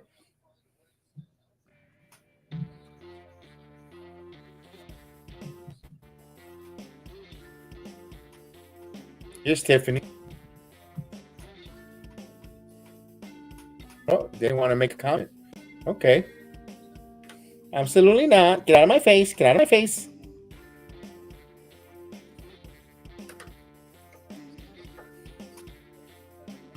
You know what? If that could happen, that'd be cool. If they could pull that out, entice someone, give Everson Pereira to take Stanton's contract, see what happens. Because they have, Spencer Jones is climbing up. Heck, you want to put Stanton and Peraza? I'm not big on Oswaldo Peraza. I've said it before. I tell you he's not a major leaguer. In my opinion, I don't see the greatness of Oswaldo. He might be a good defender, but I don't see nothing great on with. I don't see it with him. I like Pereira, Everson Pereira, but I don't think. I think he's gonna be a good football. He's gonna be a good outfielder. All-star level, I don't think so. I think he's gonna be a good major leaguer.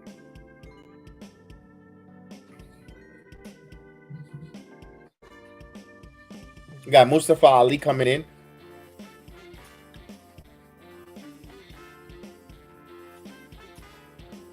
All right. Here's Dragon Lee.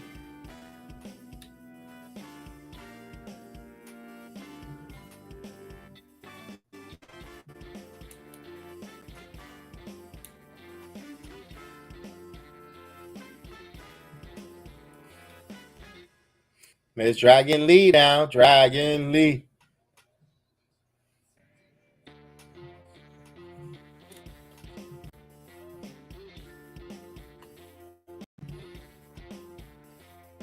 Oh, just think when we have Fuego del Sol versus Dragon Lee, the match is going to be banging. Or Brian Pillman Jr. when he makes his appearance. That's going to be good.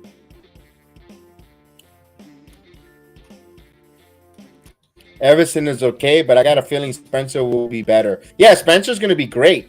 I think Spencer, the size that he has, the power that he has, and what he's showing, and the way he's climbing the charts, in the rankings of not just the prospect, but also in AA now, single A now, AA, possibly AAA. He's showing you something, Spencer. Spencer Jones is something. It's a left-handed power that the Yankees that caters the stadium. Don't go trading Spencer Jones away because you need that power in your outfield or possibly first base for Yankee Stadium. Just think of how much he's going to benefit from playing in Yankee Stadium. If we could get rid of Stanton's contract, I will sacrifice him. Everson? Yes, not Spencer Jones. You got to do whatever you can to keep Spencer Jones there because of that power, left-handed power. All right, so now we get a test of strength between Dragon Lee and Mustafa Ali. Dominic now, the referee there. On. Oh, Dragon Lee. Oh, Mustafa Ali putting a spot. Nice move there. This is going to be a good match here. High flyers. Mustafa Ali now with the leg scissors. Nice hurricanrana there. Crowd appreciates that. Oh, there's a chop by Mustafa Ali in the chest of Dragon Lee. Another chop to the chest. Oh, it's a whip. Ali now into the corner. Dragon Lee with a kick. Dragon Lee now whips the leg and right into a kick. Nice combination there by Dragon Lee. Here's a cover. 1, 2, 2. Spencer Jones is a solid, at least. Dominguez does okay. Judge, that's a beautiful lefty switch hitting right-handed pickup. Pick your poison lineup. Yeah, that's what it is. That's exactly what that is.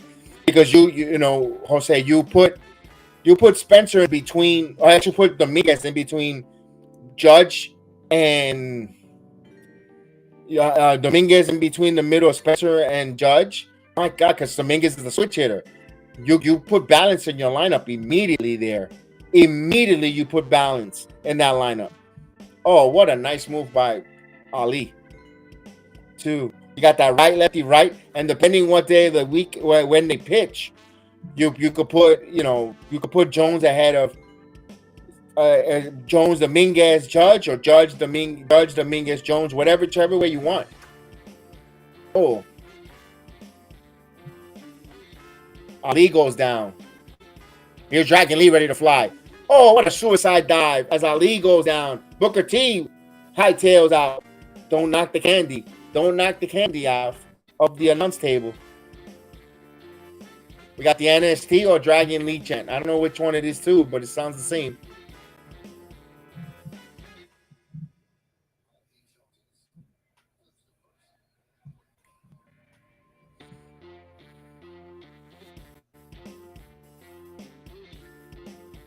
Oh, what a clothesline there.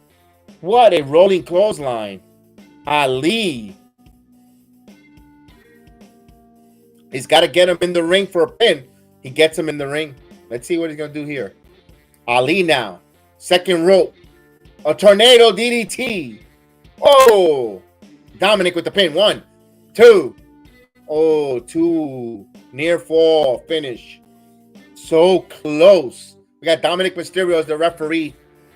Man, what a move by Mustafa Ali to show the replay there. From the clothesline into that tornado DDT. Now, Ali.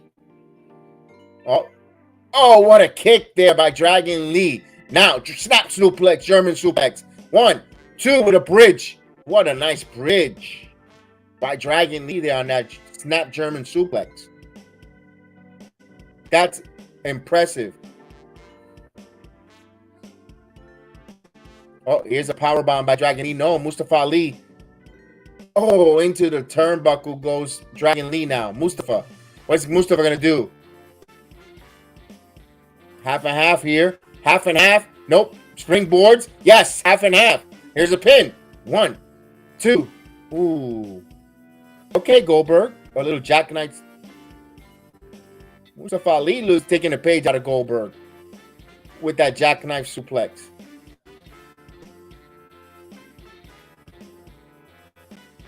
Uh-oh. Mustafa's going up to the top.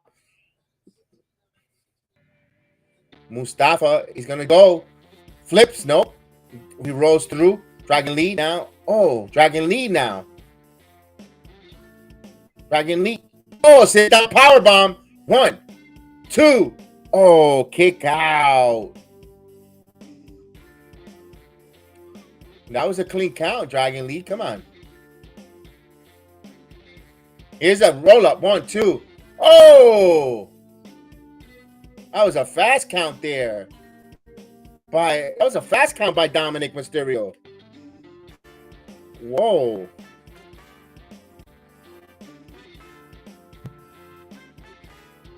A little dirty Dom there.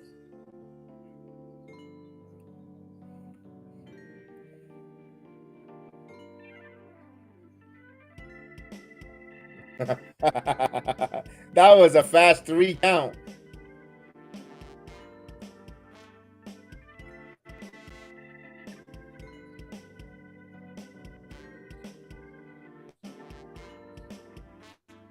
Oh, Mustafa Ali hits Dominic.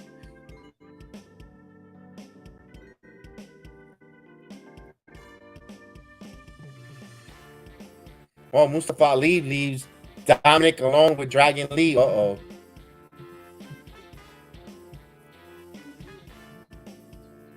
Oh, Dragon Lee just left. Dominic holding a punch in the head.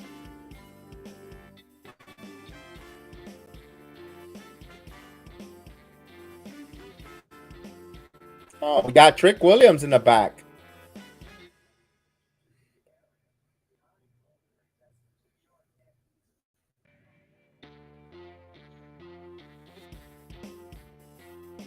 Okay.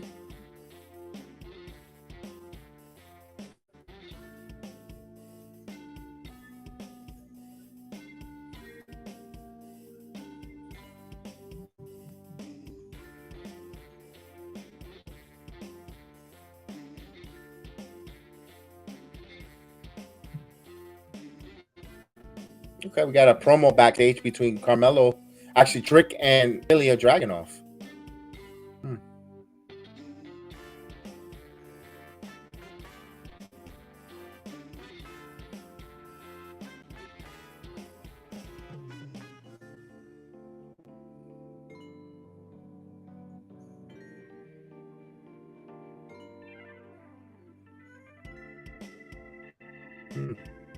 Trying to throw some doubt or some shade between Ilya and between these two. Here's Pete Dunne, Butch versus Axiom. It's gonna be another good matchup for the Invitational Heritage Cup here, Global Invitational Heritage Cup. They get it right. 7th inning stretch at Yankee Stadium. Yankees have a 3-1 lead there. So we got Brawling Brute Butch, aka Pete Dunne.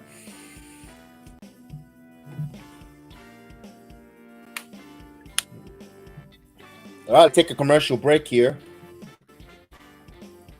Commercial break. Here we go. All right, wrestling fans, let's go. Let's hit those like buttons. Everyone watching along with us on the Rumble app, YouTube, Twitch, Facebook, Twitter X, Truvio, Instagram.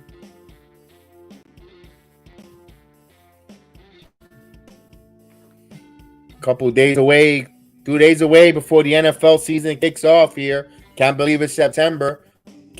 Just a couple weeks away. We're a couple weeks away before we get that bird in that oven. And with Thanksgiving bird, we got all that pumpkin stuff. It's all pumpkin everything. Pumpkin this, pumpkin that, pumpkin everything. So now the foliage, the leaves are changing, the weather's changing. The days get shorter. In the words of Stark, winter is coming. Robert Stark, the winter is coming. Winter is coming.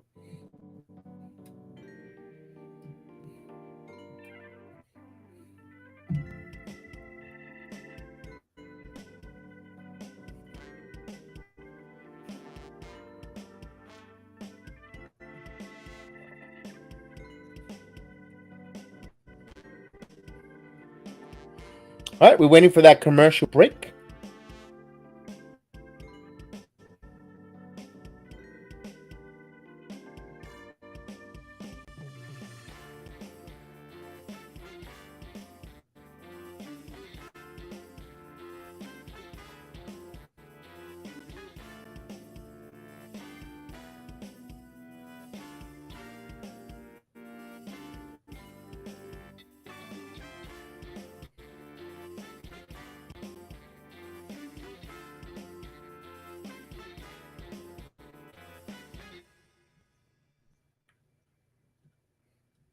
That's cool. They gave Cabrera a nice gift there. Nice gift there for Miguel Cabrera. Of course, his final game at Yankee Stadium is today, or this final week.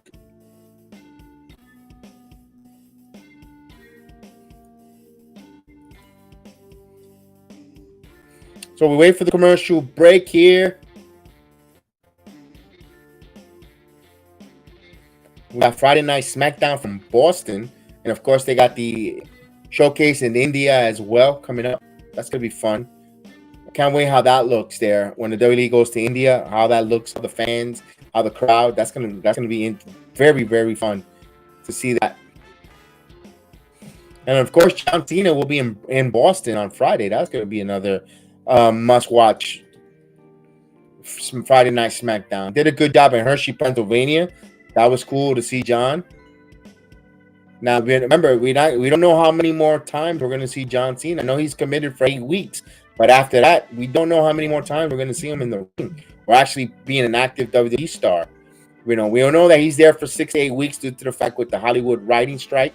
That's why we were hoping that Dwayne "The Rock" Johnson will make a run, at least in the WWE, just for, get ready for a WrestleMania match.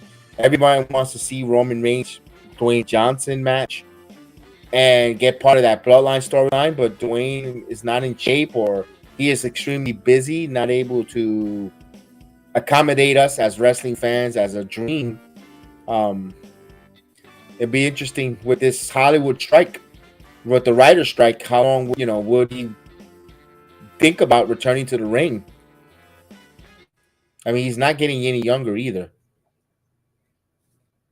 Even though he looks like a house of bricks, but the cardio, the preparation, it just probably takes so much of a toll for Dwayne Johnson to get back.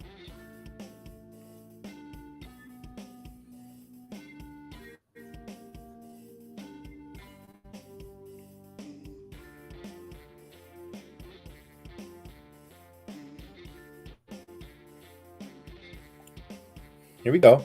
Coming back from commercial now. Of course, they're honoring Connor Cure. WWE has a good job there because they invite a lot of the Connor's children there. Of course, the Moores Children's Hospital is not far from the Performance Center in Orlando, and they've done that before in the past. We got Charlie Dempsey, Damien Kemp, and Gulak. Got the Three Stooges.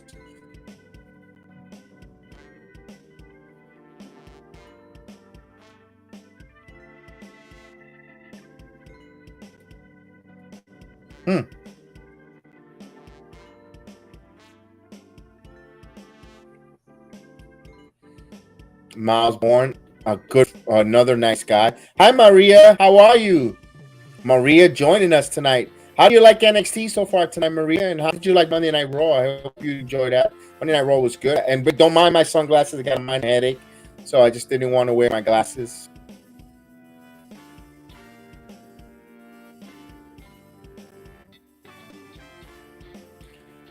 Yes, Miles Bourne. There it is. I like Miles. Miles is a real good wrestler. I gotta upload the video where it says hello and acknowledge the channel. I gotta bring that up there. But we got Eddie Thorpe showing last week and very upset. The storylines were great, right? Those storylines, Maria, were phenomenal. You know what? Let's hide that already. We don't need this no more.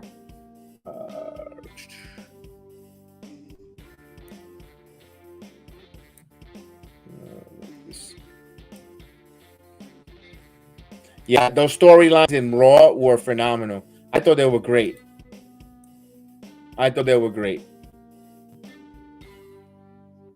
We got Axiom representing Spain. We know he's the Spaniard, formerly known as Egghead.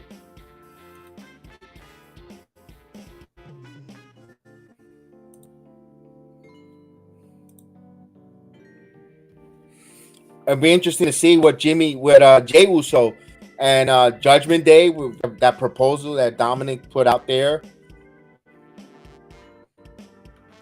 Who's leaving Monday Night Raw to SmackDown? That's another one there. They left us with a lot of great storyline.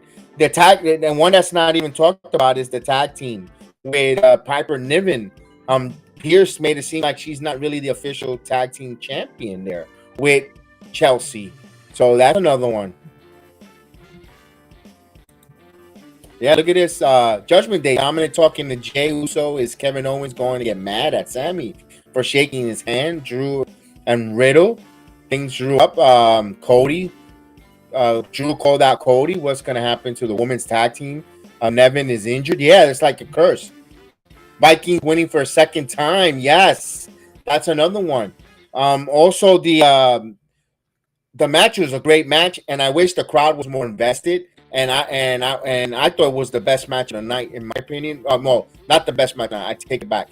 The second best match of the night was Shayna Baszler and Zoe Stark, because Gunther and Chad Gable, you can't beat that. But Shayna Baszler and Zoe Stark, that was a hell of a match. I really, really enjoyed that match. I wish the crowd was invested. I mean, I get upset when the crowd don't give the women's wrestler a chance. They just want to sit on their hands and they want to yawn. Unless, and that's sometimes, and that's all across all wrestling. Unless you see some broad panties or they we get into these women. They wrestle good. The opening contest tonight here on NXT was great. The athleticism that both ladies showed here from Tiffany and Kiana was awesome. And I thought Shayna Baszler and Zoe were awesome. A possible alliance, yes, because you saw that agreement of respect. And then Zoe said, "I never tapped out," and she didn't. She passed. The referee stopped it. I like that. I personally would love to see them as a tag team, But I don't know if you want to keep Shayna as a tag team because Shayna got the Rocket. The thing is, there's not enough title. That's why I'm a big proponent, Maria, of having a mid-card, a women's mid-card, one women's mid-card title where you could showcase and give women a chance, like a Baszler or Zoe at the moment going up, as well as a Shotzi. Because you can't, right now, the women's champion is dominated. It's going to be either Rhea Ripley, Charlotte, Bianca Belair, possibly Bayley, Becky. It's very top-heavy for a mid-carder or secondary or another breakout wrestler to come up and take that.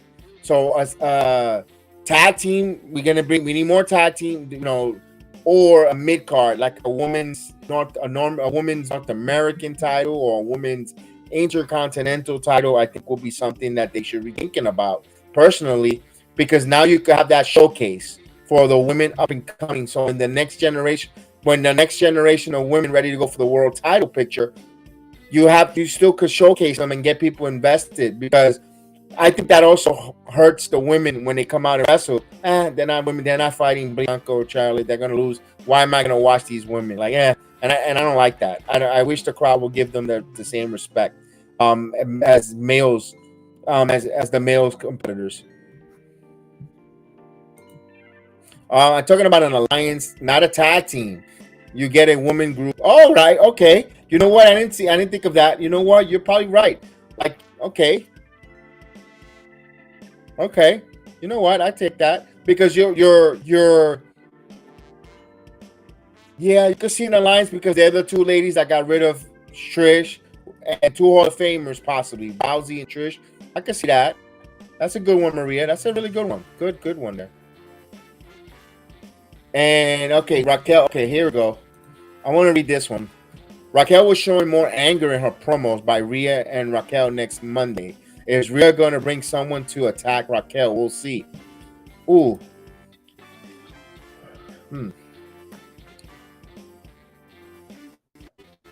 Maria, I would like that, because I don't want to see Raquel come up short with Rhea right now. Another loss back to back, due to the fact that Raquel's gonna get cold down again.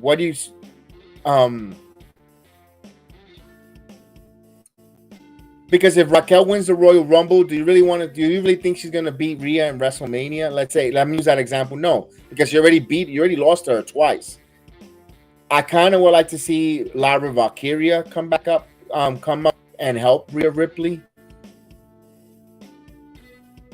I would like to see that, like a lot of Valkyria from NXT just come up and help her, because his Don has been banned from ringside.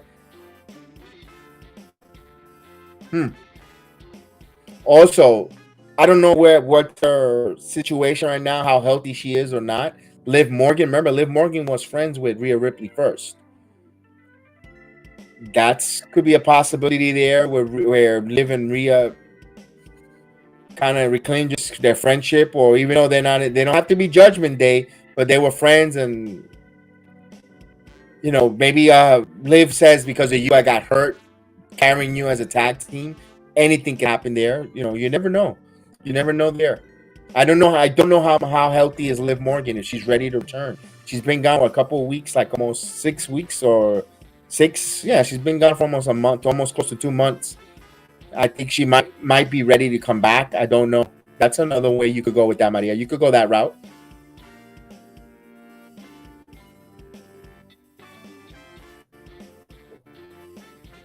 But all in all, it kept us giving more storylines.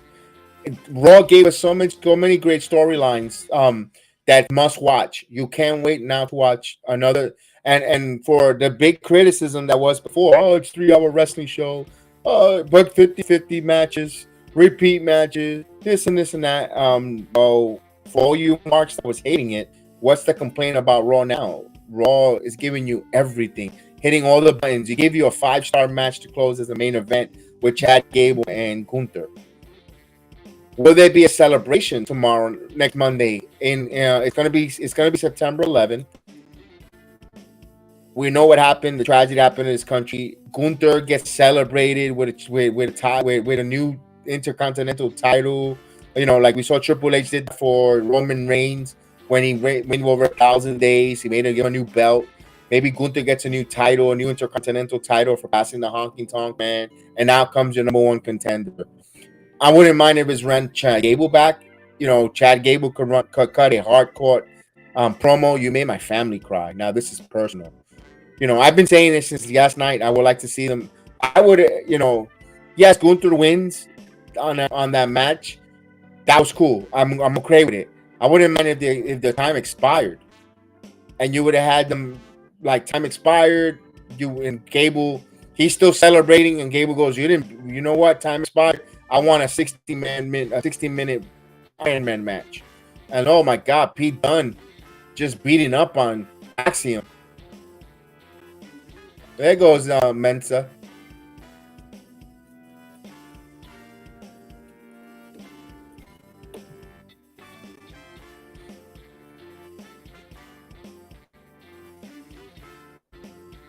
There you go. He cut a promo that we asked for. You know what? I missed it. After this is over tonight, after this NXT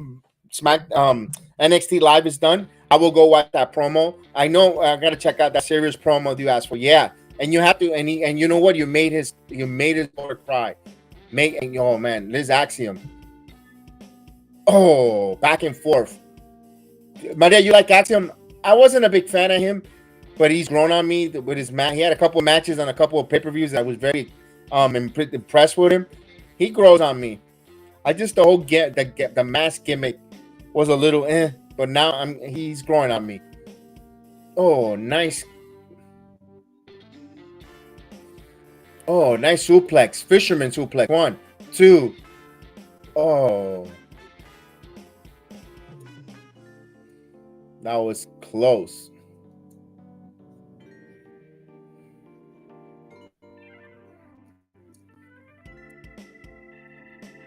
The crowd appreciating and said, "This is awesome, chant. Well deserved by these two competitors in the ring. Love it." Oh, what a move by Axiom. Now, oh, Pete Dunne. It's going to put him to sleep. Nope. No Angel Humberto yet. No, not yet. Yeah. They're still licking their wounds from the scratch, from the cat. They got cat scratch fever. They're not back yet. But you know what they're teasing tonight in NXT? There's going to have something to do with a lot of tag teams for number 1 contendership. You saw backstage, everyone was getting up in arms with the tag team. You know, we saw all the different tag teams. Now, is there a way to introduce AOP? You know, we talked about that earlier. AJ Marshall put it in the chat. And Paul Ellering was in Orlando yesterday. I don't know if he's still there, but we know that they've been teasing them returning, and why not? You know, Humberto and Garza, and then you have AOP come up, you know, make a nice tag team turmoil. I would love to see that. That's probably going to be for next week, but they're teasing it. Oh, what a snap German by Butch. Hey, Clarkson, what's going on? Clarkson done. No, I think I'm gonna do baseball or take the day off. I gotta give baseball some love. That's tough for AEW though. Oh, 2 minutes remaining. Yankees increased their lead 5-1 because the Yankees are on their way back to 500, and we might be doing Yankee watch along. Maybe, I don't know yet. It depending on how work goes and all that. But I don't think I'll do AEW tomorrow. I think this is going to end in a draw, guys. What do you guys think? I think this will be a draw. NXT chant. NXT, NXT. The crowd appreciates it. The universe loves it.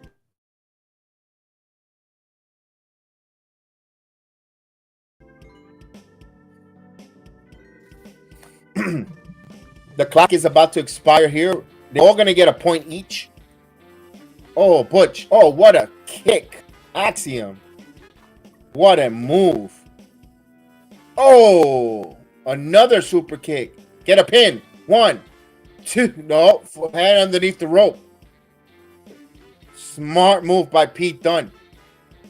You think it's a draw? I think it's a draw too. I think it's going to be a draw. Axiom. He's got a submission.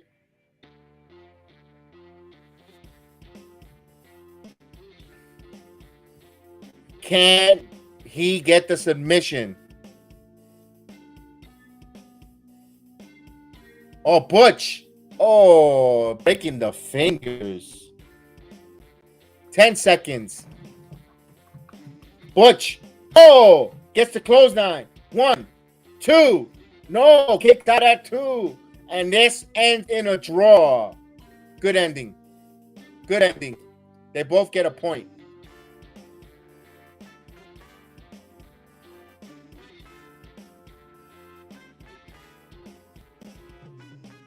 All right, so we get the first draw in the Invitational here. Let's go. That was a good match. See, not like this anticlimactic, but I would have liked to see Gable and Gunther finish like that, where it leads from. Yes, a draw that makes sense. Yes, indeed. It's a tournament with a time limit. Absolutely. That's why I would have liked to see, you know, whenever all across wrestling, when they go, the kind of content scheduled for 1, 4, or 20-minute time limit, we never see them go to that 20-minute time limit. Would love to see. That's why I would have loved to see last night main event. It would have protected Gable, and it would have kept Gunther alive if they would have went to a draw where they would have gave us a 60-man Iron Man at Fastlane. Both men show appreciation.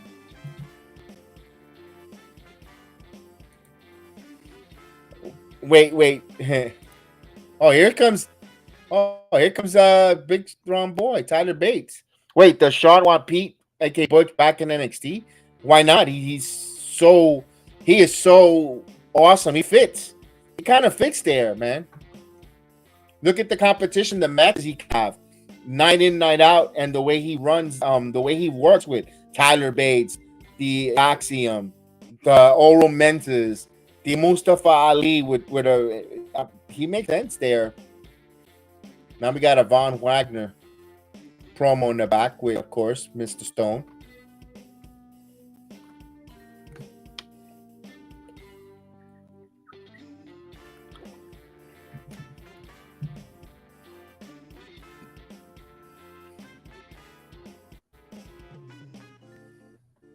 Who's he talking to? He's cutting a promo. Oh, a table.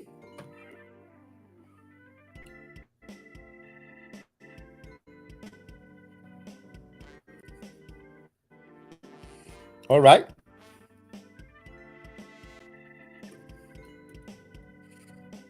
That's the main event, Breaker and Wagner. I'm surprised they made that. Well, Braun is main event worthy. We got Gigi taking on Thea Hell. Here's Gigi. Gigi looked like she lost a couple of pounds here. Good. She was getting a little bit pudgy there. Good for her. A very extremely popular wrestler in the NXT crowd. Gigi Dolan is very popular in the NXT crowd. Good for her. She looks like she's in good shape now. Good for her. Good for her. So it's going to be Thea Hale versus Gigi Dolan now. Interesting, because we're starting to see JC Jane's influence on Thea Hale. I like it. I really like that. This is cool.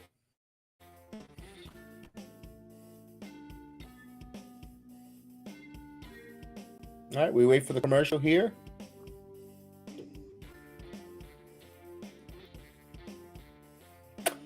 Next week, we're going to have Wesley taking on Ilya Dragunov, number one contender. And winner will face Carmelo Hayes at No Mercy at the end of the month in Bakersfield, California. They're going to start building for that pay-per-view, which is really good. I love to see NXT going on the road with these pay-per-view. It sucks for us. Well, I mean, us, my Heal the Ring podcast guys that you see, at least 3/4 of the podcast, we all live in Orlando. And we all went. When the PLEs were in Orlando, we will be there. We were there for Worlds Collide. We were there for a lot of the PLEs. Halloween Havoc, Deadline, until they took it out of the Performance Center. Rightfully so, though, because it was getting a little hectic in the Performance Center to get there. People were getting a little too pushy, too many drama.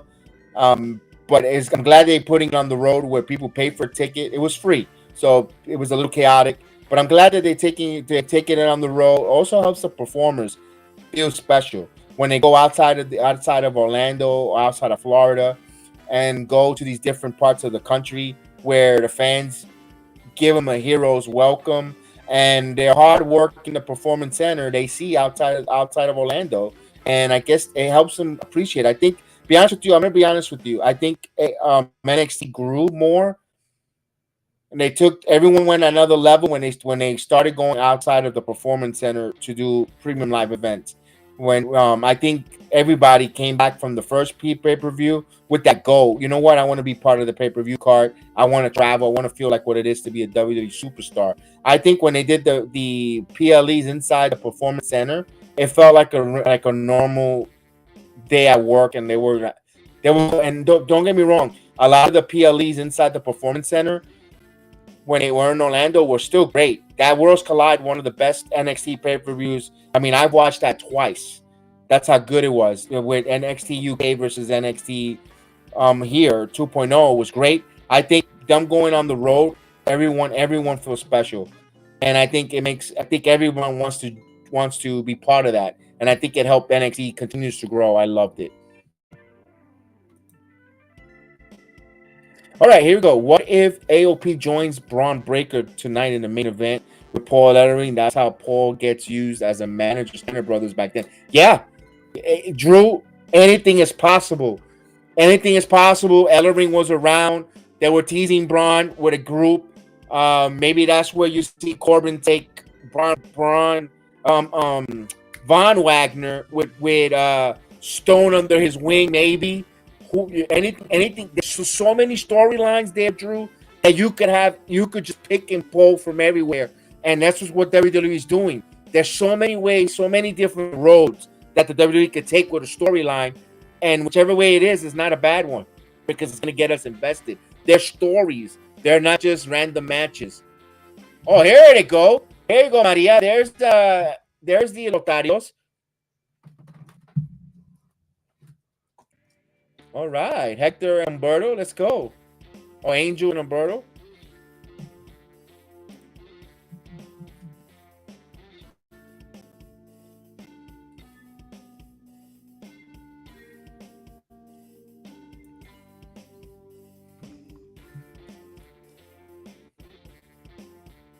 That was a kind of weak promo. I'm gonna claw your eyes out for those titles. Oh, there we go. Here's the brouhaha backstage. And now it's all breaking out. It's a brouhaha of tag teams. Let's go. I like it. All out brawl in the Diamond Mine. All tag teams. Let's go. Tag team turmoil. Brouhaha. I'm for it. And go now to Thea and oh no, JC James tell not to come out. Throw it out. There you go. Ah! Thea threw out the chase shoot.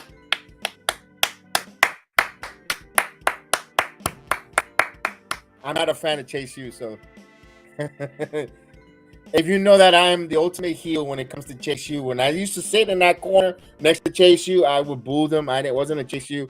The reason why was when I used to sit there in the second row, when that guy Brody would come out with that flag, he would brave that flag almost literally in my face. A new theme for Thea.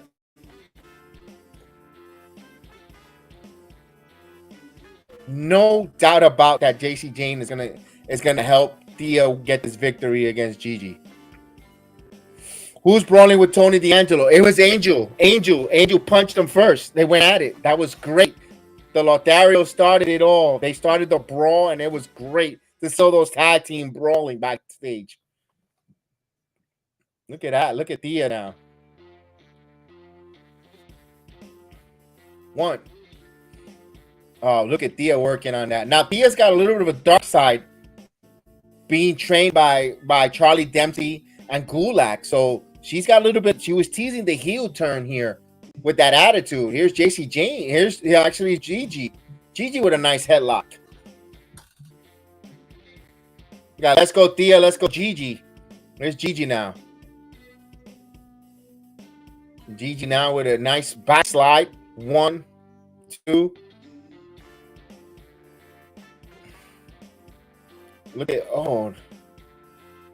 nice leg scissors takedown there by Thea. Here's Gigi. Now Gigi moving a lot more quicker. Nice hip attack there by Gigi. Now Gigi, I noticed Gigi moving with more confidence, a little more quicker, with a little bit of, of course, I keep complimenting how she slimmed down a bit.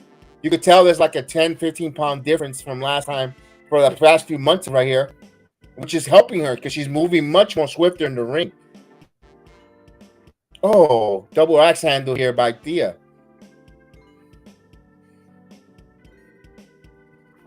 Oh, nice move there by Thea Hale.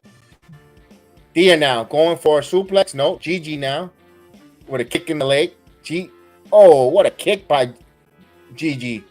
Oh, another question mark kick by Gigi. 1, 2. Almost had a near fall. Yeah, Gigi looks much more better wrestling here. Much better. Much improvement for Gigi Dolan in her wrestling, even her punches and her kicks. One of her better matches here. Oh, here's an arm bar. Here's an arm submission. Hale's got a Kimura lock, but her shoulders are pinned. No, now she picked up her shoulders.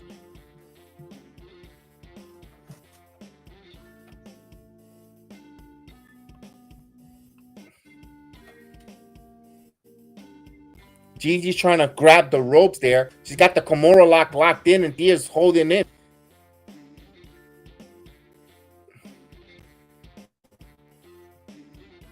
Let's see. Gigi took her hair out of her face. It's only a matter of time. If she don't get to the rope, she's gonna tap. And she got to the rope. Gigi got to the rope. Now Thea going after her. Look at this, Thea. Back to the armbar. Nope. Oh, right into the post goes Thea Hale. Oh, nice move by Gigi. Gigi now bringing Thea back in the ring. Here's JC James with a distraction. Oh, here's Davenport. Do we have the new Toxic Attraction, folks? Do we have the new Toxic Attraction? Here's the Kimura lock. Dolan nowhere to go. Dolan. And she taps. We have the new Toxic Attraction, folks. JC Jane, Thea Hale, and Davenport. You tell me that is a Blair Davenport. That's your new Toxic Attraction. Book it, go with it. I like it.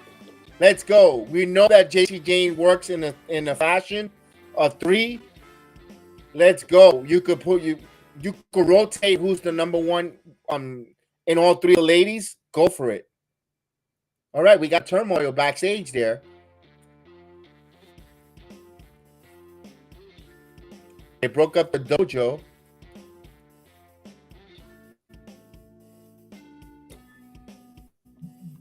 Uh-oh. Main event time. You're going to get tabled.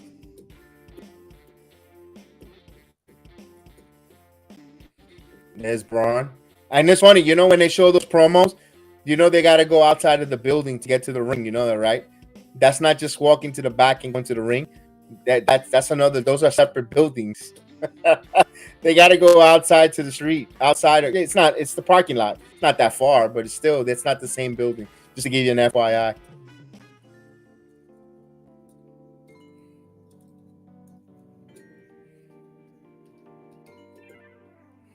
Maria, let me ask you this. What you think? Do you think it works? Those three ladies, Toxic Attraction, they don't have to be tag team. They could watch their backs there, like you were talking about with Shayna and Zoe Starks, where you can make them a new Toxic Attraction, and either one of the ladies could go try to capture gold. You know, if you could see where Blair Davenport will get a title run, and then if they lose, then it's, you know, Thea or vice versa. To me, it works.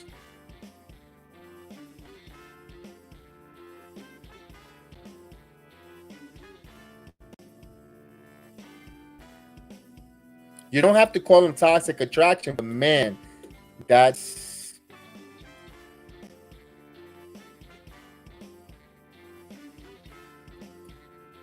I think that's a mistake they did when they separated JC and Gigi. Neither one of the ladies took off as a singles. They would have been in the main roster, but although man, like I said, we shall see. You know, Drew likes that. Drew likes that. Thought that we're gonna get some Braun Breaker friends here, some group. Let's see. We'll see. I'm for it, Drew. I'm for it. You said it here first, so you get all the credit here. That's all you right now. We shall see. I hope you're correct, pal. That's gonna be fun. I know you're gonna be gloating. Definitely. That's phenomenal. I hope so.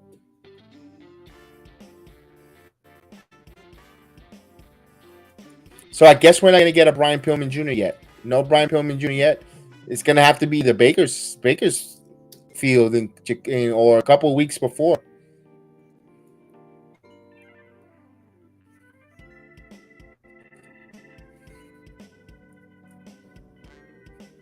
Wow, I can't believe NXT went that fast. Pretty good card tonight. More stories, because the story here is with Thea turning heel, not with Chase no more. Is this an alliance between? We know that JC and Thea are an alliance. Is Blair Davenport now helping them out with, or just her going after Gigi and can't stand Gigi? That's a one-off here. Kiana James going with Roxanne Perez in the back in the women's locker room with Lyra Valkyria as well. Could it be something there? Another storyline. The tag team turmoil that we saw there, that brouhaha, where every one of these tag teams want a shot at Tony D'Angelo and Stacks. So they want a shot at those NXT tag teams. We saw the Lotharios come out and won, and they were the tipping point. That's another storyline. So many. Wes Lee wants a world title match, but he has to go through Ilya Dragunov. Next week, Ilya Dragunov wants Trick Williams to admit or not to lie to Carmelo that Carmelo can't beat Ilya Dragunov. That's another storyline within a storyline. There's so many different ones there. Carmelo Hayes not trusting himself. He thinking that Trick Williams helped him beat Ilya Dragunov, so he has doubts if he could beat Ilya himself. So there's so many storylines when it comes to NXT. My God, you gotta be in. You gotta love it. Better than anything AEW's done. Unbelievable. Of course. And it's not to take shots at it, because they're investing us. They look at the questions we have here. Look at the questions we're asking that we need to turn in next week to find out if they're going to get answered. Now, you can't do that and from a Dynamite or Rampage and no one watches, and now Collision's not going to, nobody's going to watch. You're not going to see it. You don't. There's nothing that comes out of these storylines when it comes to All Elite Wrestling. You know, it doesn't make sense when NXT is giving you something that makes sense to look forward to. We didn't even get the Dana Brooks situation. They took a day, they didn't even announce I put on the graphics that was supposed to be a women's breakout tournament. Here we go. Here's Kiana James. Kalani Jordan. I keep going on, I call her James. Kalani Jordan.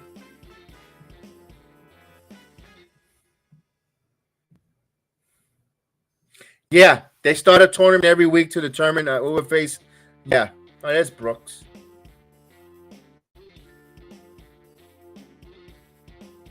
Oh.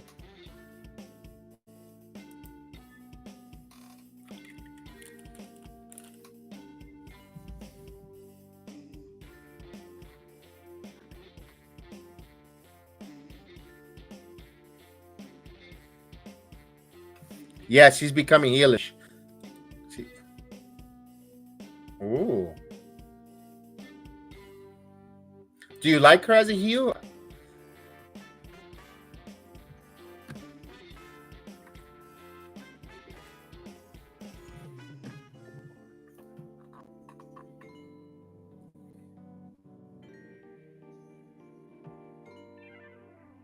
Oh, so we got a match next week. All right, so we got, and also yes, and even forgot about the main one. And thanks for reminding us of the storyline here. We're gonna have Becky Lynch challenging and trying to capture her first NXT Women's title, and a title that she has not gotten, and she wants to go after Tiffany.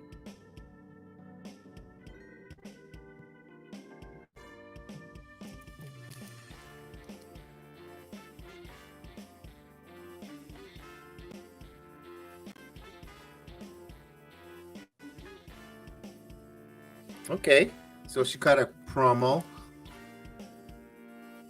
She's cutting a promo back before she left. Okay.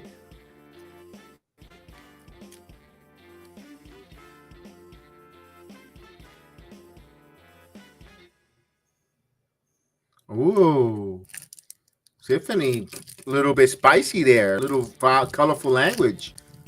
I wonder how many times she practiced that because she didn't cut it live there. Becky and Tiffany, let's go. That's going to be good. We're going to continue with the Invitational. And next week, we have Tyler Bates, Axiom, and Frazier and Tozawa. Good job. Oh, here we come. There we go. Come Tuesday, indeed.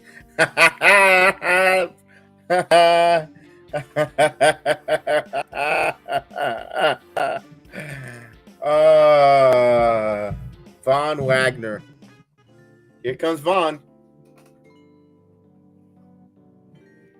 Now I got the sunglasses. I got a headache, so please, again, I'm feeling better though, but that's why I'm wearing the glasses. I know it's late. I know it's nighttime. It's not because I'm trying to be stylish or anything. I just had a headache and I had to wear them. That's all, fellas, ladies and gentlemen. So just wanted to give you that little TMI. But before I get roasted, why is he wearing sunglasses on the main watching Raw, NXT? Because I've got a headache. That's fine. Look at Booker T, cheesy. Look at him cheesing there. Here we go, main event time. Maria's invested. Let's go. I'm invested here. You know me, I'm a big Braun Breaker fan. Everyone knows it. I'm a big Braun Breaker fan. When Von Wagner talks, he talks like Keith Lee, an elder scrawler. Here we go.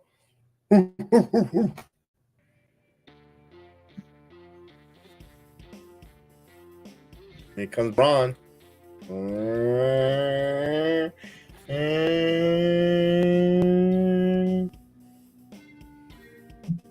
Let's go, Braun. Let's go, Braun. Let's go, Brunson.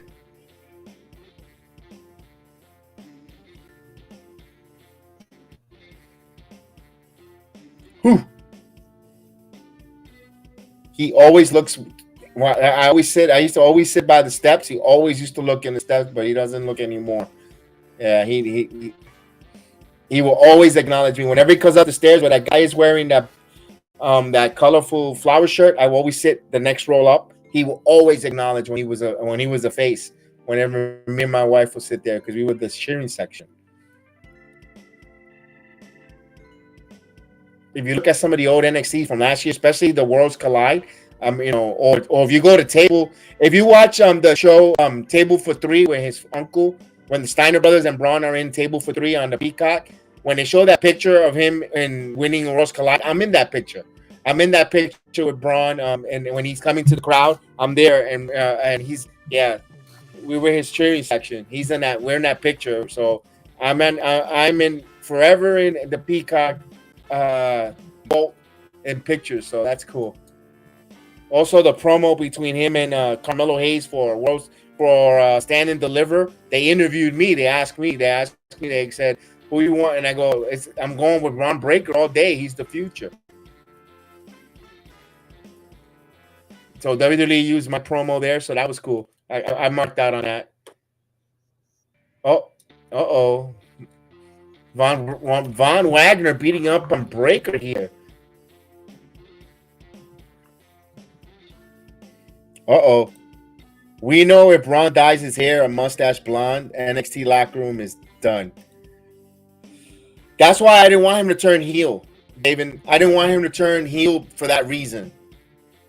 I know the crowd made him turn heel. They weren't cheering him and all that. I kind of didn't want him to turn heel because I knew everyone was gonna he was gonna be a copy, an image of his uncle, of Scott Steiner. I was like, no, keep him good. Make him a face. Keep him a face. Don't turn him because him as a bad guy is gonna give you Scott Steiner vibes. Oh, he does. He wrestles so much like his uncle too. Or at least the early days of his uncle. Here's Wagner. Oh, Braun taking it to Braun. The crowd wants the crowd here.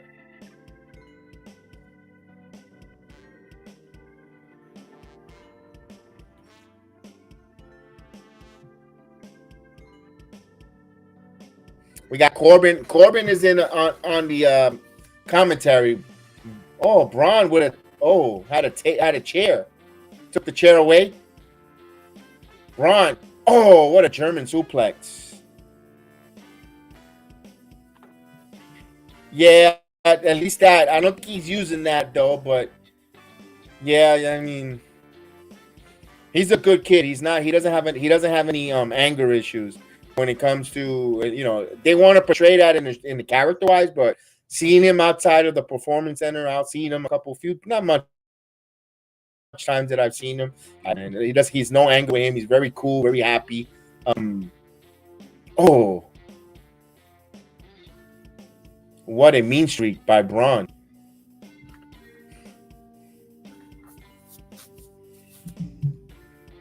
So I'm surprised they put this as the main event, which I thought would be. I'm pretty sure there's going to be a big cliffhanger here. Oh, what a knee lift.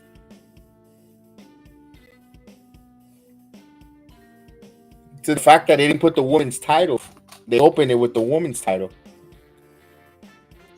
So they're in picture, and of course, Von Wagner's on the outside, and look like he's going to pull the table out. He's looking for something underneath the ring. What is it? Chairs.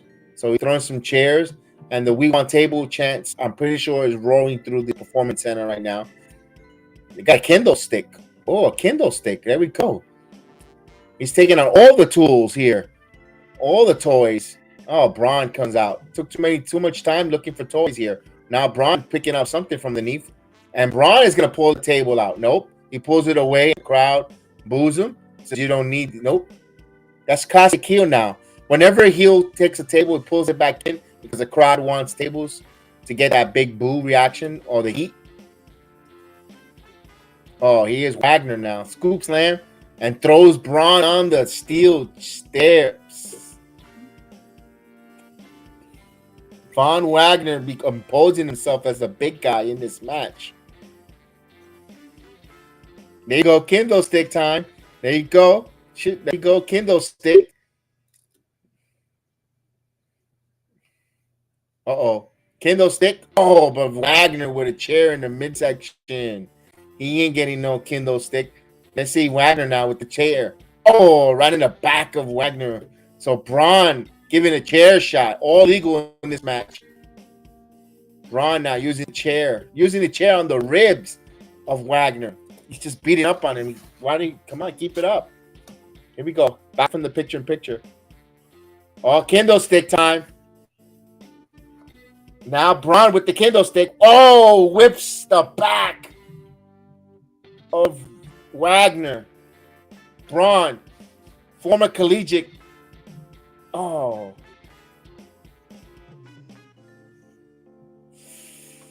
The former fullback for the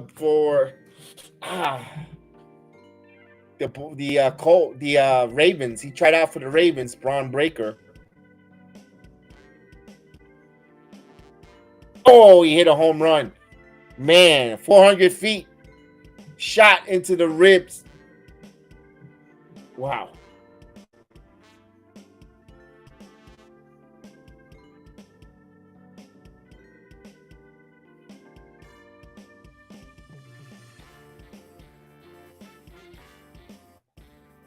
Oh, Braun now.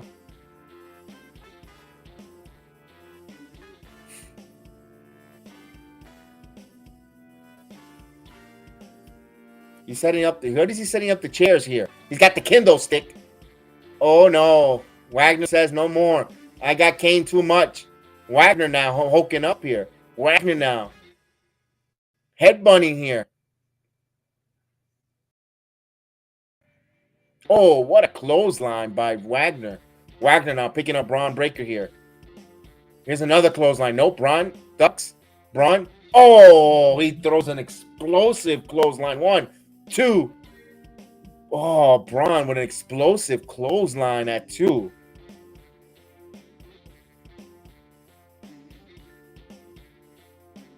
Oh, Braun working on the ribs. Ooh, I heard that. That was a nice kidney shot there, or rib shot there. I heard that one. Oh, Braun hitting again the back of Wagner. Now Wagner, another cane shot.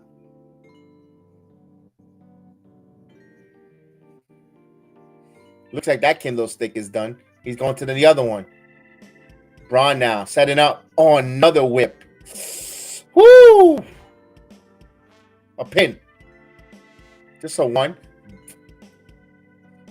Vaughn is starting to get angry now, using that rage to fuel him. What's Braun doing here? Braun. Now, come on. You see Baron Corbin is sitting at ringside on commentary talking a lot of nonsense here. Oh. Wagner now using his elbow. Oh, big boot. Big boot there by Wagner. Another boot. Oh, but Braun picks him up. Oh, power bombs. 1. What a move by Braun with the power bomb. You know that spear is coming.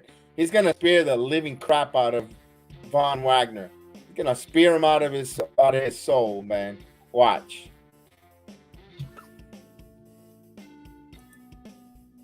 Oh, they announced that. Creed Brothers, Malik, and No Face tag team turmoil. Ah, man. That means that No Face is not going to win.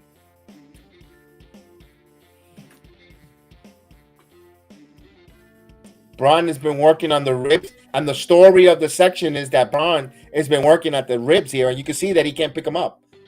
Love it. They're telling a story here with the match here. Braun is working on Vaughn's ribs where he can't use his power here. Let's see. Braun is going to the top rope. Is he going to do a bulldog?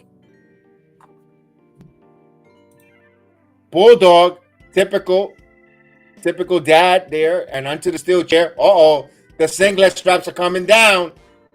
Uh-oh, here we go. Braun. Oh, he's gonna do a Steiner recliner. Steiner recliner with the kendo stick. Yes. Yes. Steiner recliner, but no, he didn't lock it in because he's using the kendo stick. Here's Vaughn. Vaughn now. Vaughn using his strength. Powering Braun Breaker. Oh, now.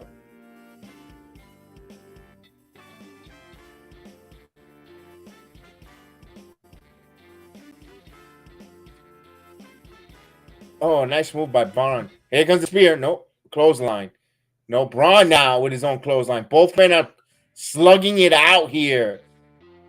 Oh, both men are slugging it out. Braun. Oh, nice move by Braun. Right to the ribs there, using his knees, landing. Oh, that was a nice move by Braun. I haven't seen him use that move in a while. Oh, Braun. Try to go for a shoulder tackle right into the chair.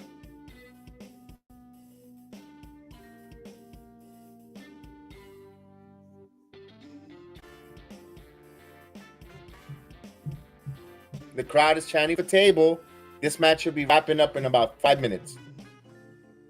That's one thing about the WWE and NXT with the USA Network. They go over the 10 o'clock time slot on NXT, not on the main roster for Raw. I haven't seen them go over in quite some time. Oh, Braun spit at Wagner. Oh, now the kendo stick broken on Von Wagner. Oh, laying the wood on him pretty lately.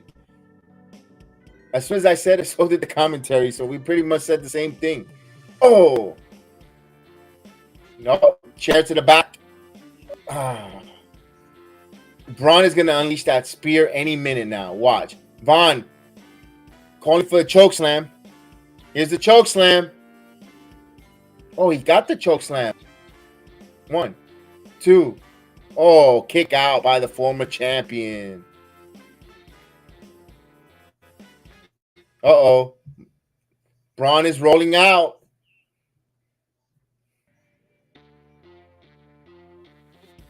What's going on? Joey Ding Ding. And Alicia telling him to move. He's going right into the NXT sign.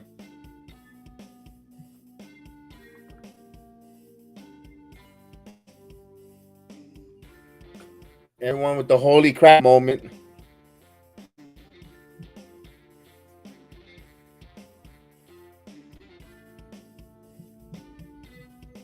Braun went right through that sign into the stage area. That's just drywall, folks. That's just drywall. Oh, now he's bringing Braun. He's going to put him to a table.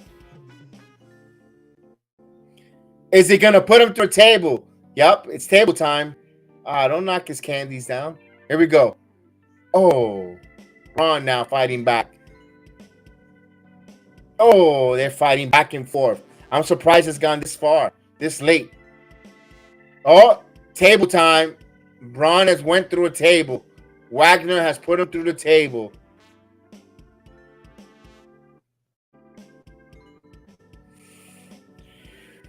Get him in the ring. You got to get him in the ring and pin him. The NXT chant. Gotta wrap it up, pal. Oh, Wagner. Oh, low blow. That makes sense. That's how you stop momentum. Low blow by Braun. Now, Braun. Let's go, Braun. Get into. There we go. Spear him. There we go. There's the spear. 1, 2, 3. Yeah.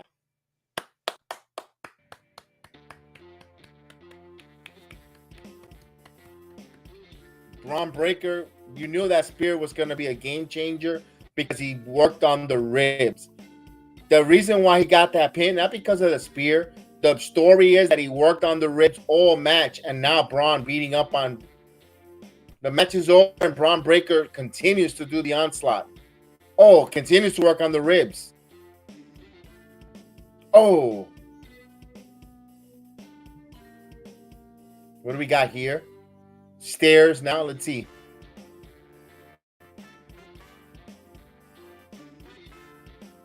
Oh, into the head. And it looks like Corbin. Oh. What a cliffhanger. Oh my God, a cliffhanger. He went to the head and knocks out the whole, lights out. Pretty much lights out to the whole, not just for Von Wagner, but for the show. What a way to close the show for NXT. With a hell of a, my God, that is cooking. Yes, indeed, man. NXT is on fire. Sean is cooking something. What a cliffhanger. And the way they closed the show out with total darkness. When he hit him in the head, the whole screen went black. I loved it. I loved it. Wow, NXT makes me intrigued. Yes. My God, that was awesome. That the way you close a wrestling show. Wow. Talk about cliffhangers. Man. Yes. He's going to go wear a mask now. Maybe like a Kane type of mask. Oh, man. Love it. Yo, NXT is on fire. Wow. Perfect. What a way of closing NXT. My God. I wish I could just yell more because of this headache. But my goodness, this was what a show! What a start! Listen, you remember the beginning of and the ending.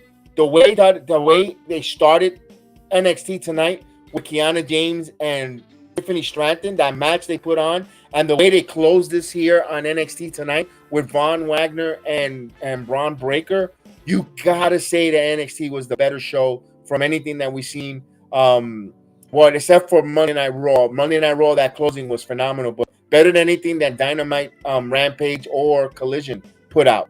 My God, this was great. And you're telling me, oh, this is developmental.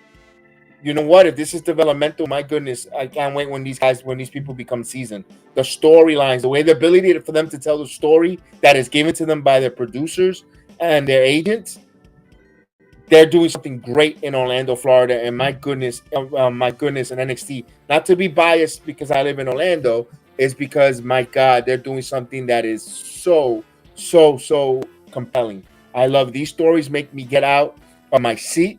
Raw and NXT this week. Let's see how SmackDown has planned for Jay and AJ Styles. That's gonna be another banger of a match. It's gonna be Solo Sikoa and AJ, man. Sean keeps cooking. Don't be surprised that the OCs turns on AJ Styles because they told him not to get involved in that bloodline storyline. That could be a way that they might go, Drew. But man, this was great. What a great NXT again. Phenomenal card. And the funny thing is, because of Cross, that could be where Cross could take the OCs away from. You know what? I didn't think about that there. Cross is changing people who he faces. He is. That's another storyline there. Drew turned heel. Now Nakamura's heel. Everyone is changing. Yeah. You know what? I didn't think about that. Very good one. Good there. And you gotta like what they're doing here, what they're cooking, what they're writing, what they're planting here. My goodness, from the tag team turmoils, from the world heavyweight from NXT World Champion, who's the number one contender? Dirty Dom picking and choosing his Mustafa Ali now. The Heritage Cup tournament, the NXT Women's Champion with Becky Lynch coming on next Tuesday. My God, what a time if you're a WWE fan to really, really, really enjoy what we're watching. Yes, OCs wasn't by AJ's side when Jay and it came out to help Solo. Yeah, that's what I mentioned on the watch along on Friday. I said, no OCs. There's some dissension there. Oh man, next Tuesday is going to be AOP return, Attack the Creed. Let's go. I hope so. Becky and Tiffany. Yes, that's going to be great. TV out there. Dia, JC, and now Blair. I'm hoping that they're in the new Toxic Attraction. Dana taking on Lara Valkyria. Now, when is that? It's not going to happen just yet. Where Dana Brooks turns on Kelani Jordan, we know it's a matter of time.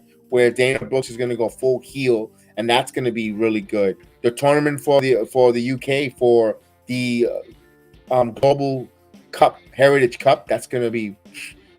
Can't wait for that. Mello and Dominic facing off backstage. Yes, that's the tease there because Miles Bourne now being part of Brooks and Jensen, moving away from Gulak, Demp and Dempsey. That's another one. I've been saying personally, Miles Bourne belongs in the Diamond Mine. Miles Bourne fits everything that Diamond Mine with the Creed brothers do. He is exactly what they need there, but we'll see where his path goes. Remember, I believe he's deaf or mute, a little deaf mute. He can hear, but not too well. Nice kid. Also, the tag team champion with Tony D'Angelo. Don't forget, pretty soon, any time now, once she gets cleared, the Lioness returns in Nikita Lyons. She should be making her return soon. Wendy Chu should be cleared pretty much soon to come back and wrestle. We also got Angel and Humberto Garza. The Lotharios, what their new repackage in the ring. So that NXT is trending in such a way that it gets you excited. Wendy should get repackaged. Enough with sleepy time.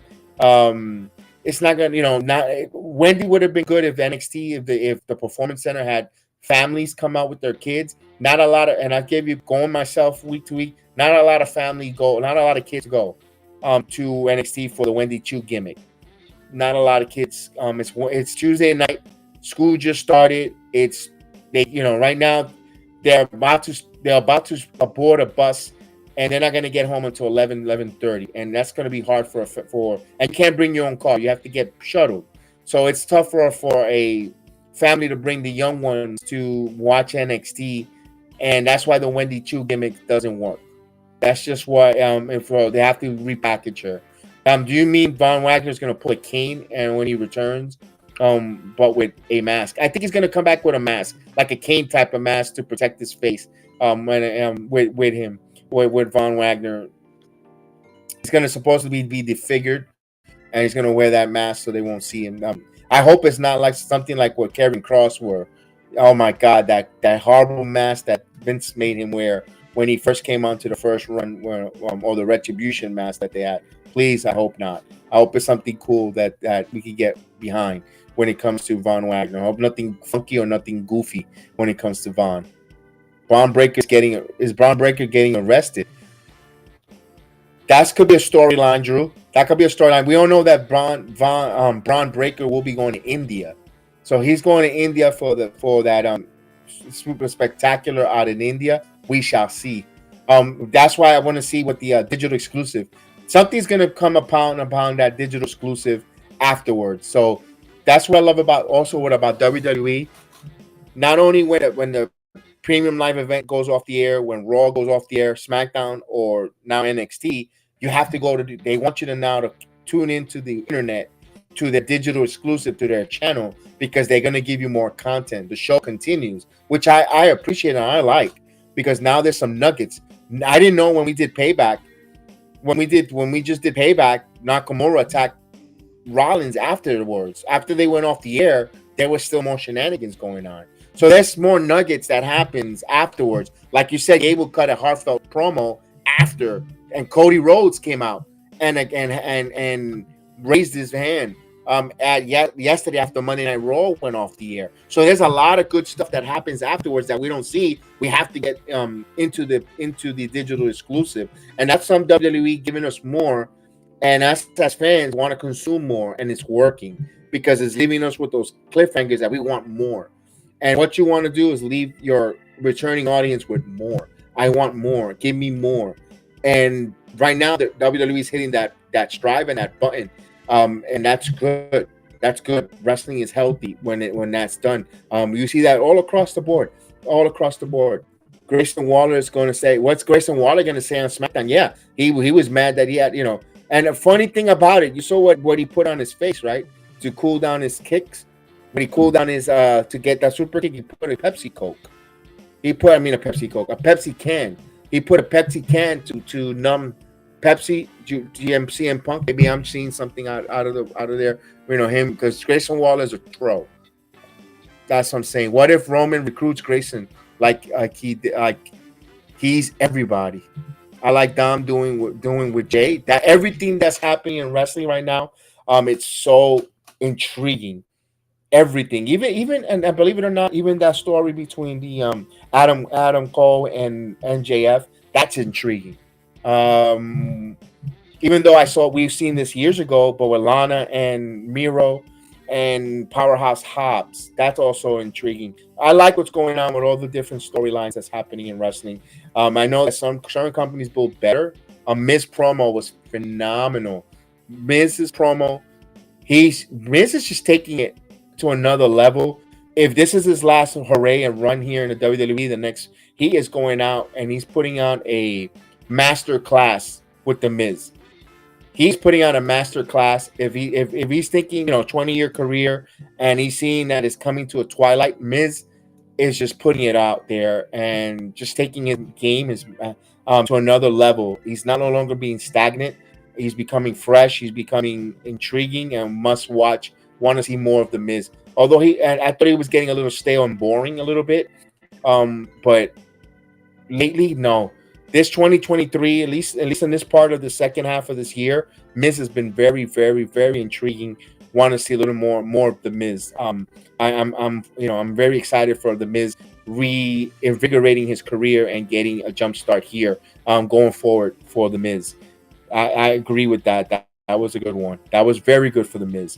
Also now, of course, now you have you got a lot of great promo skill workers, from Grayson Waller to the Miz. I think hopefully Grayson Waller helps rub off a little bit with Austin Theory.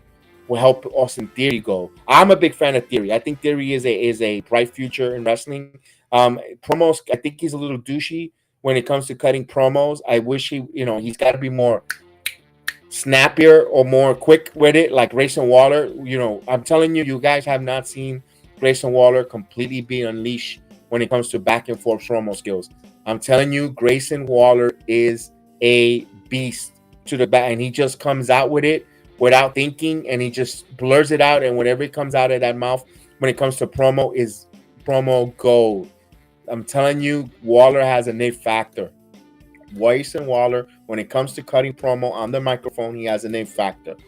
What's next for the U.S. title?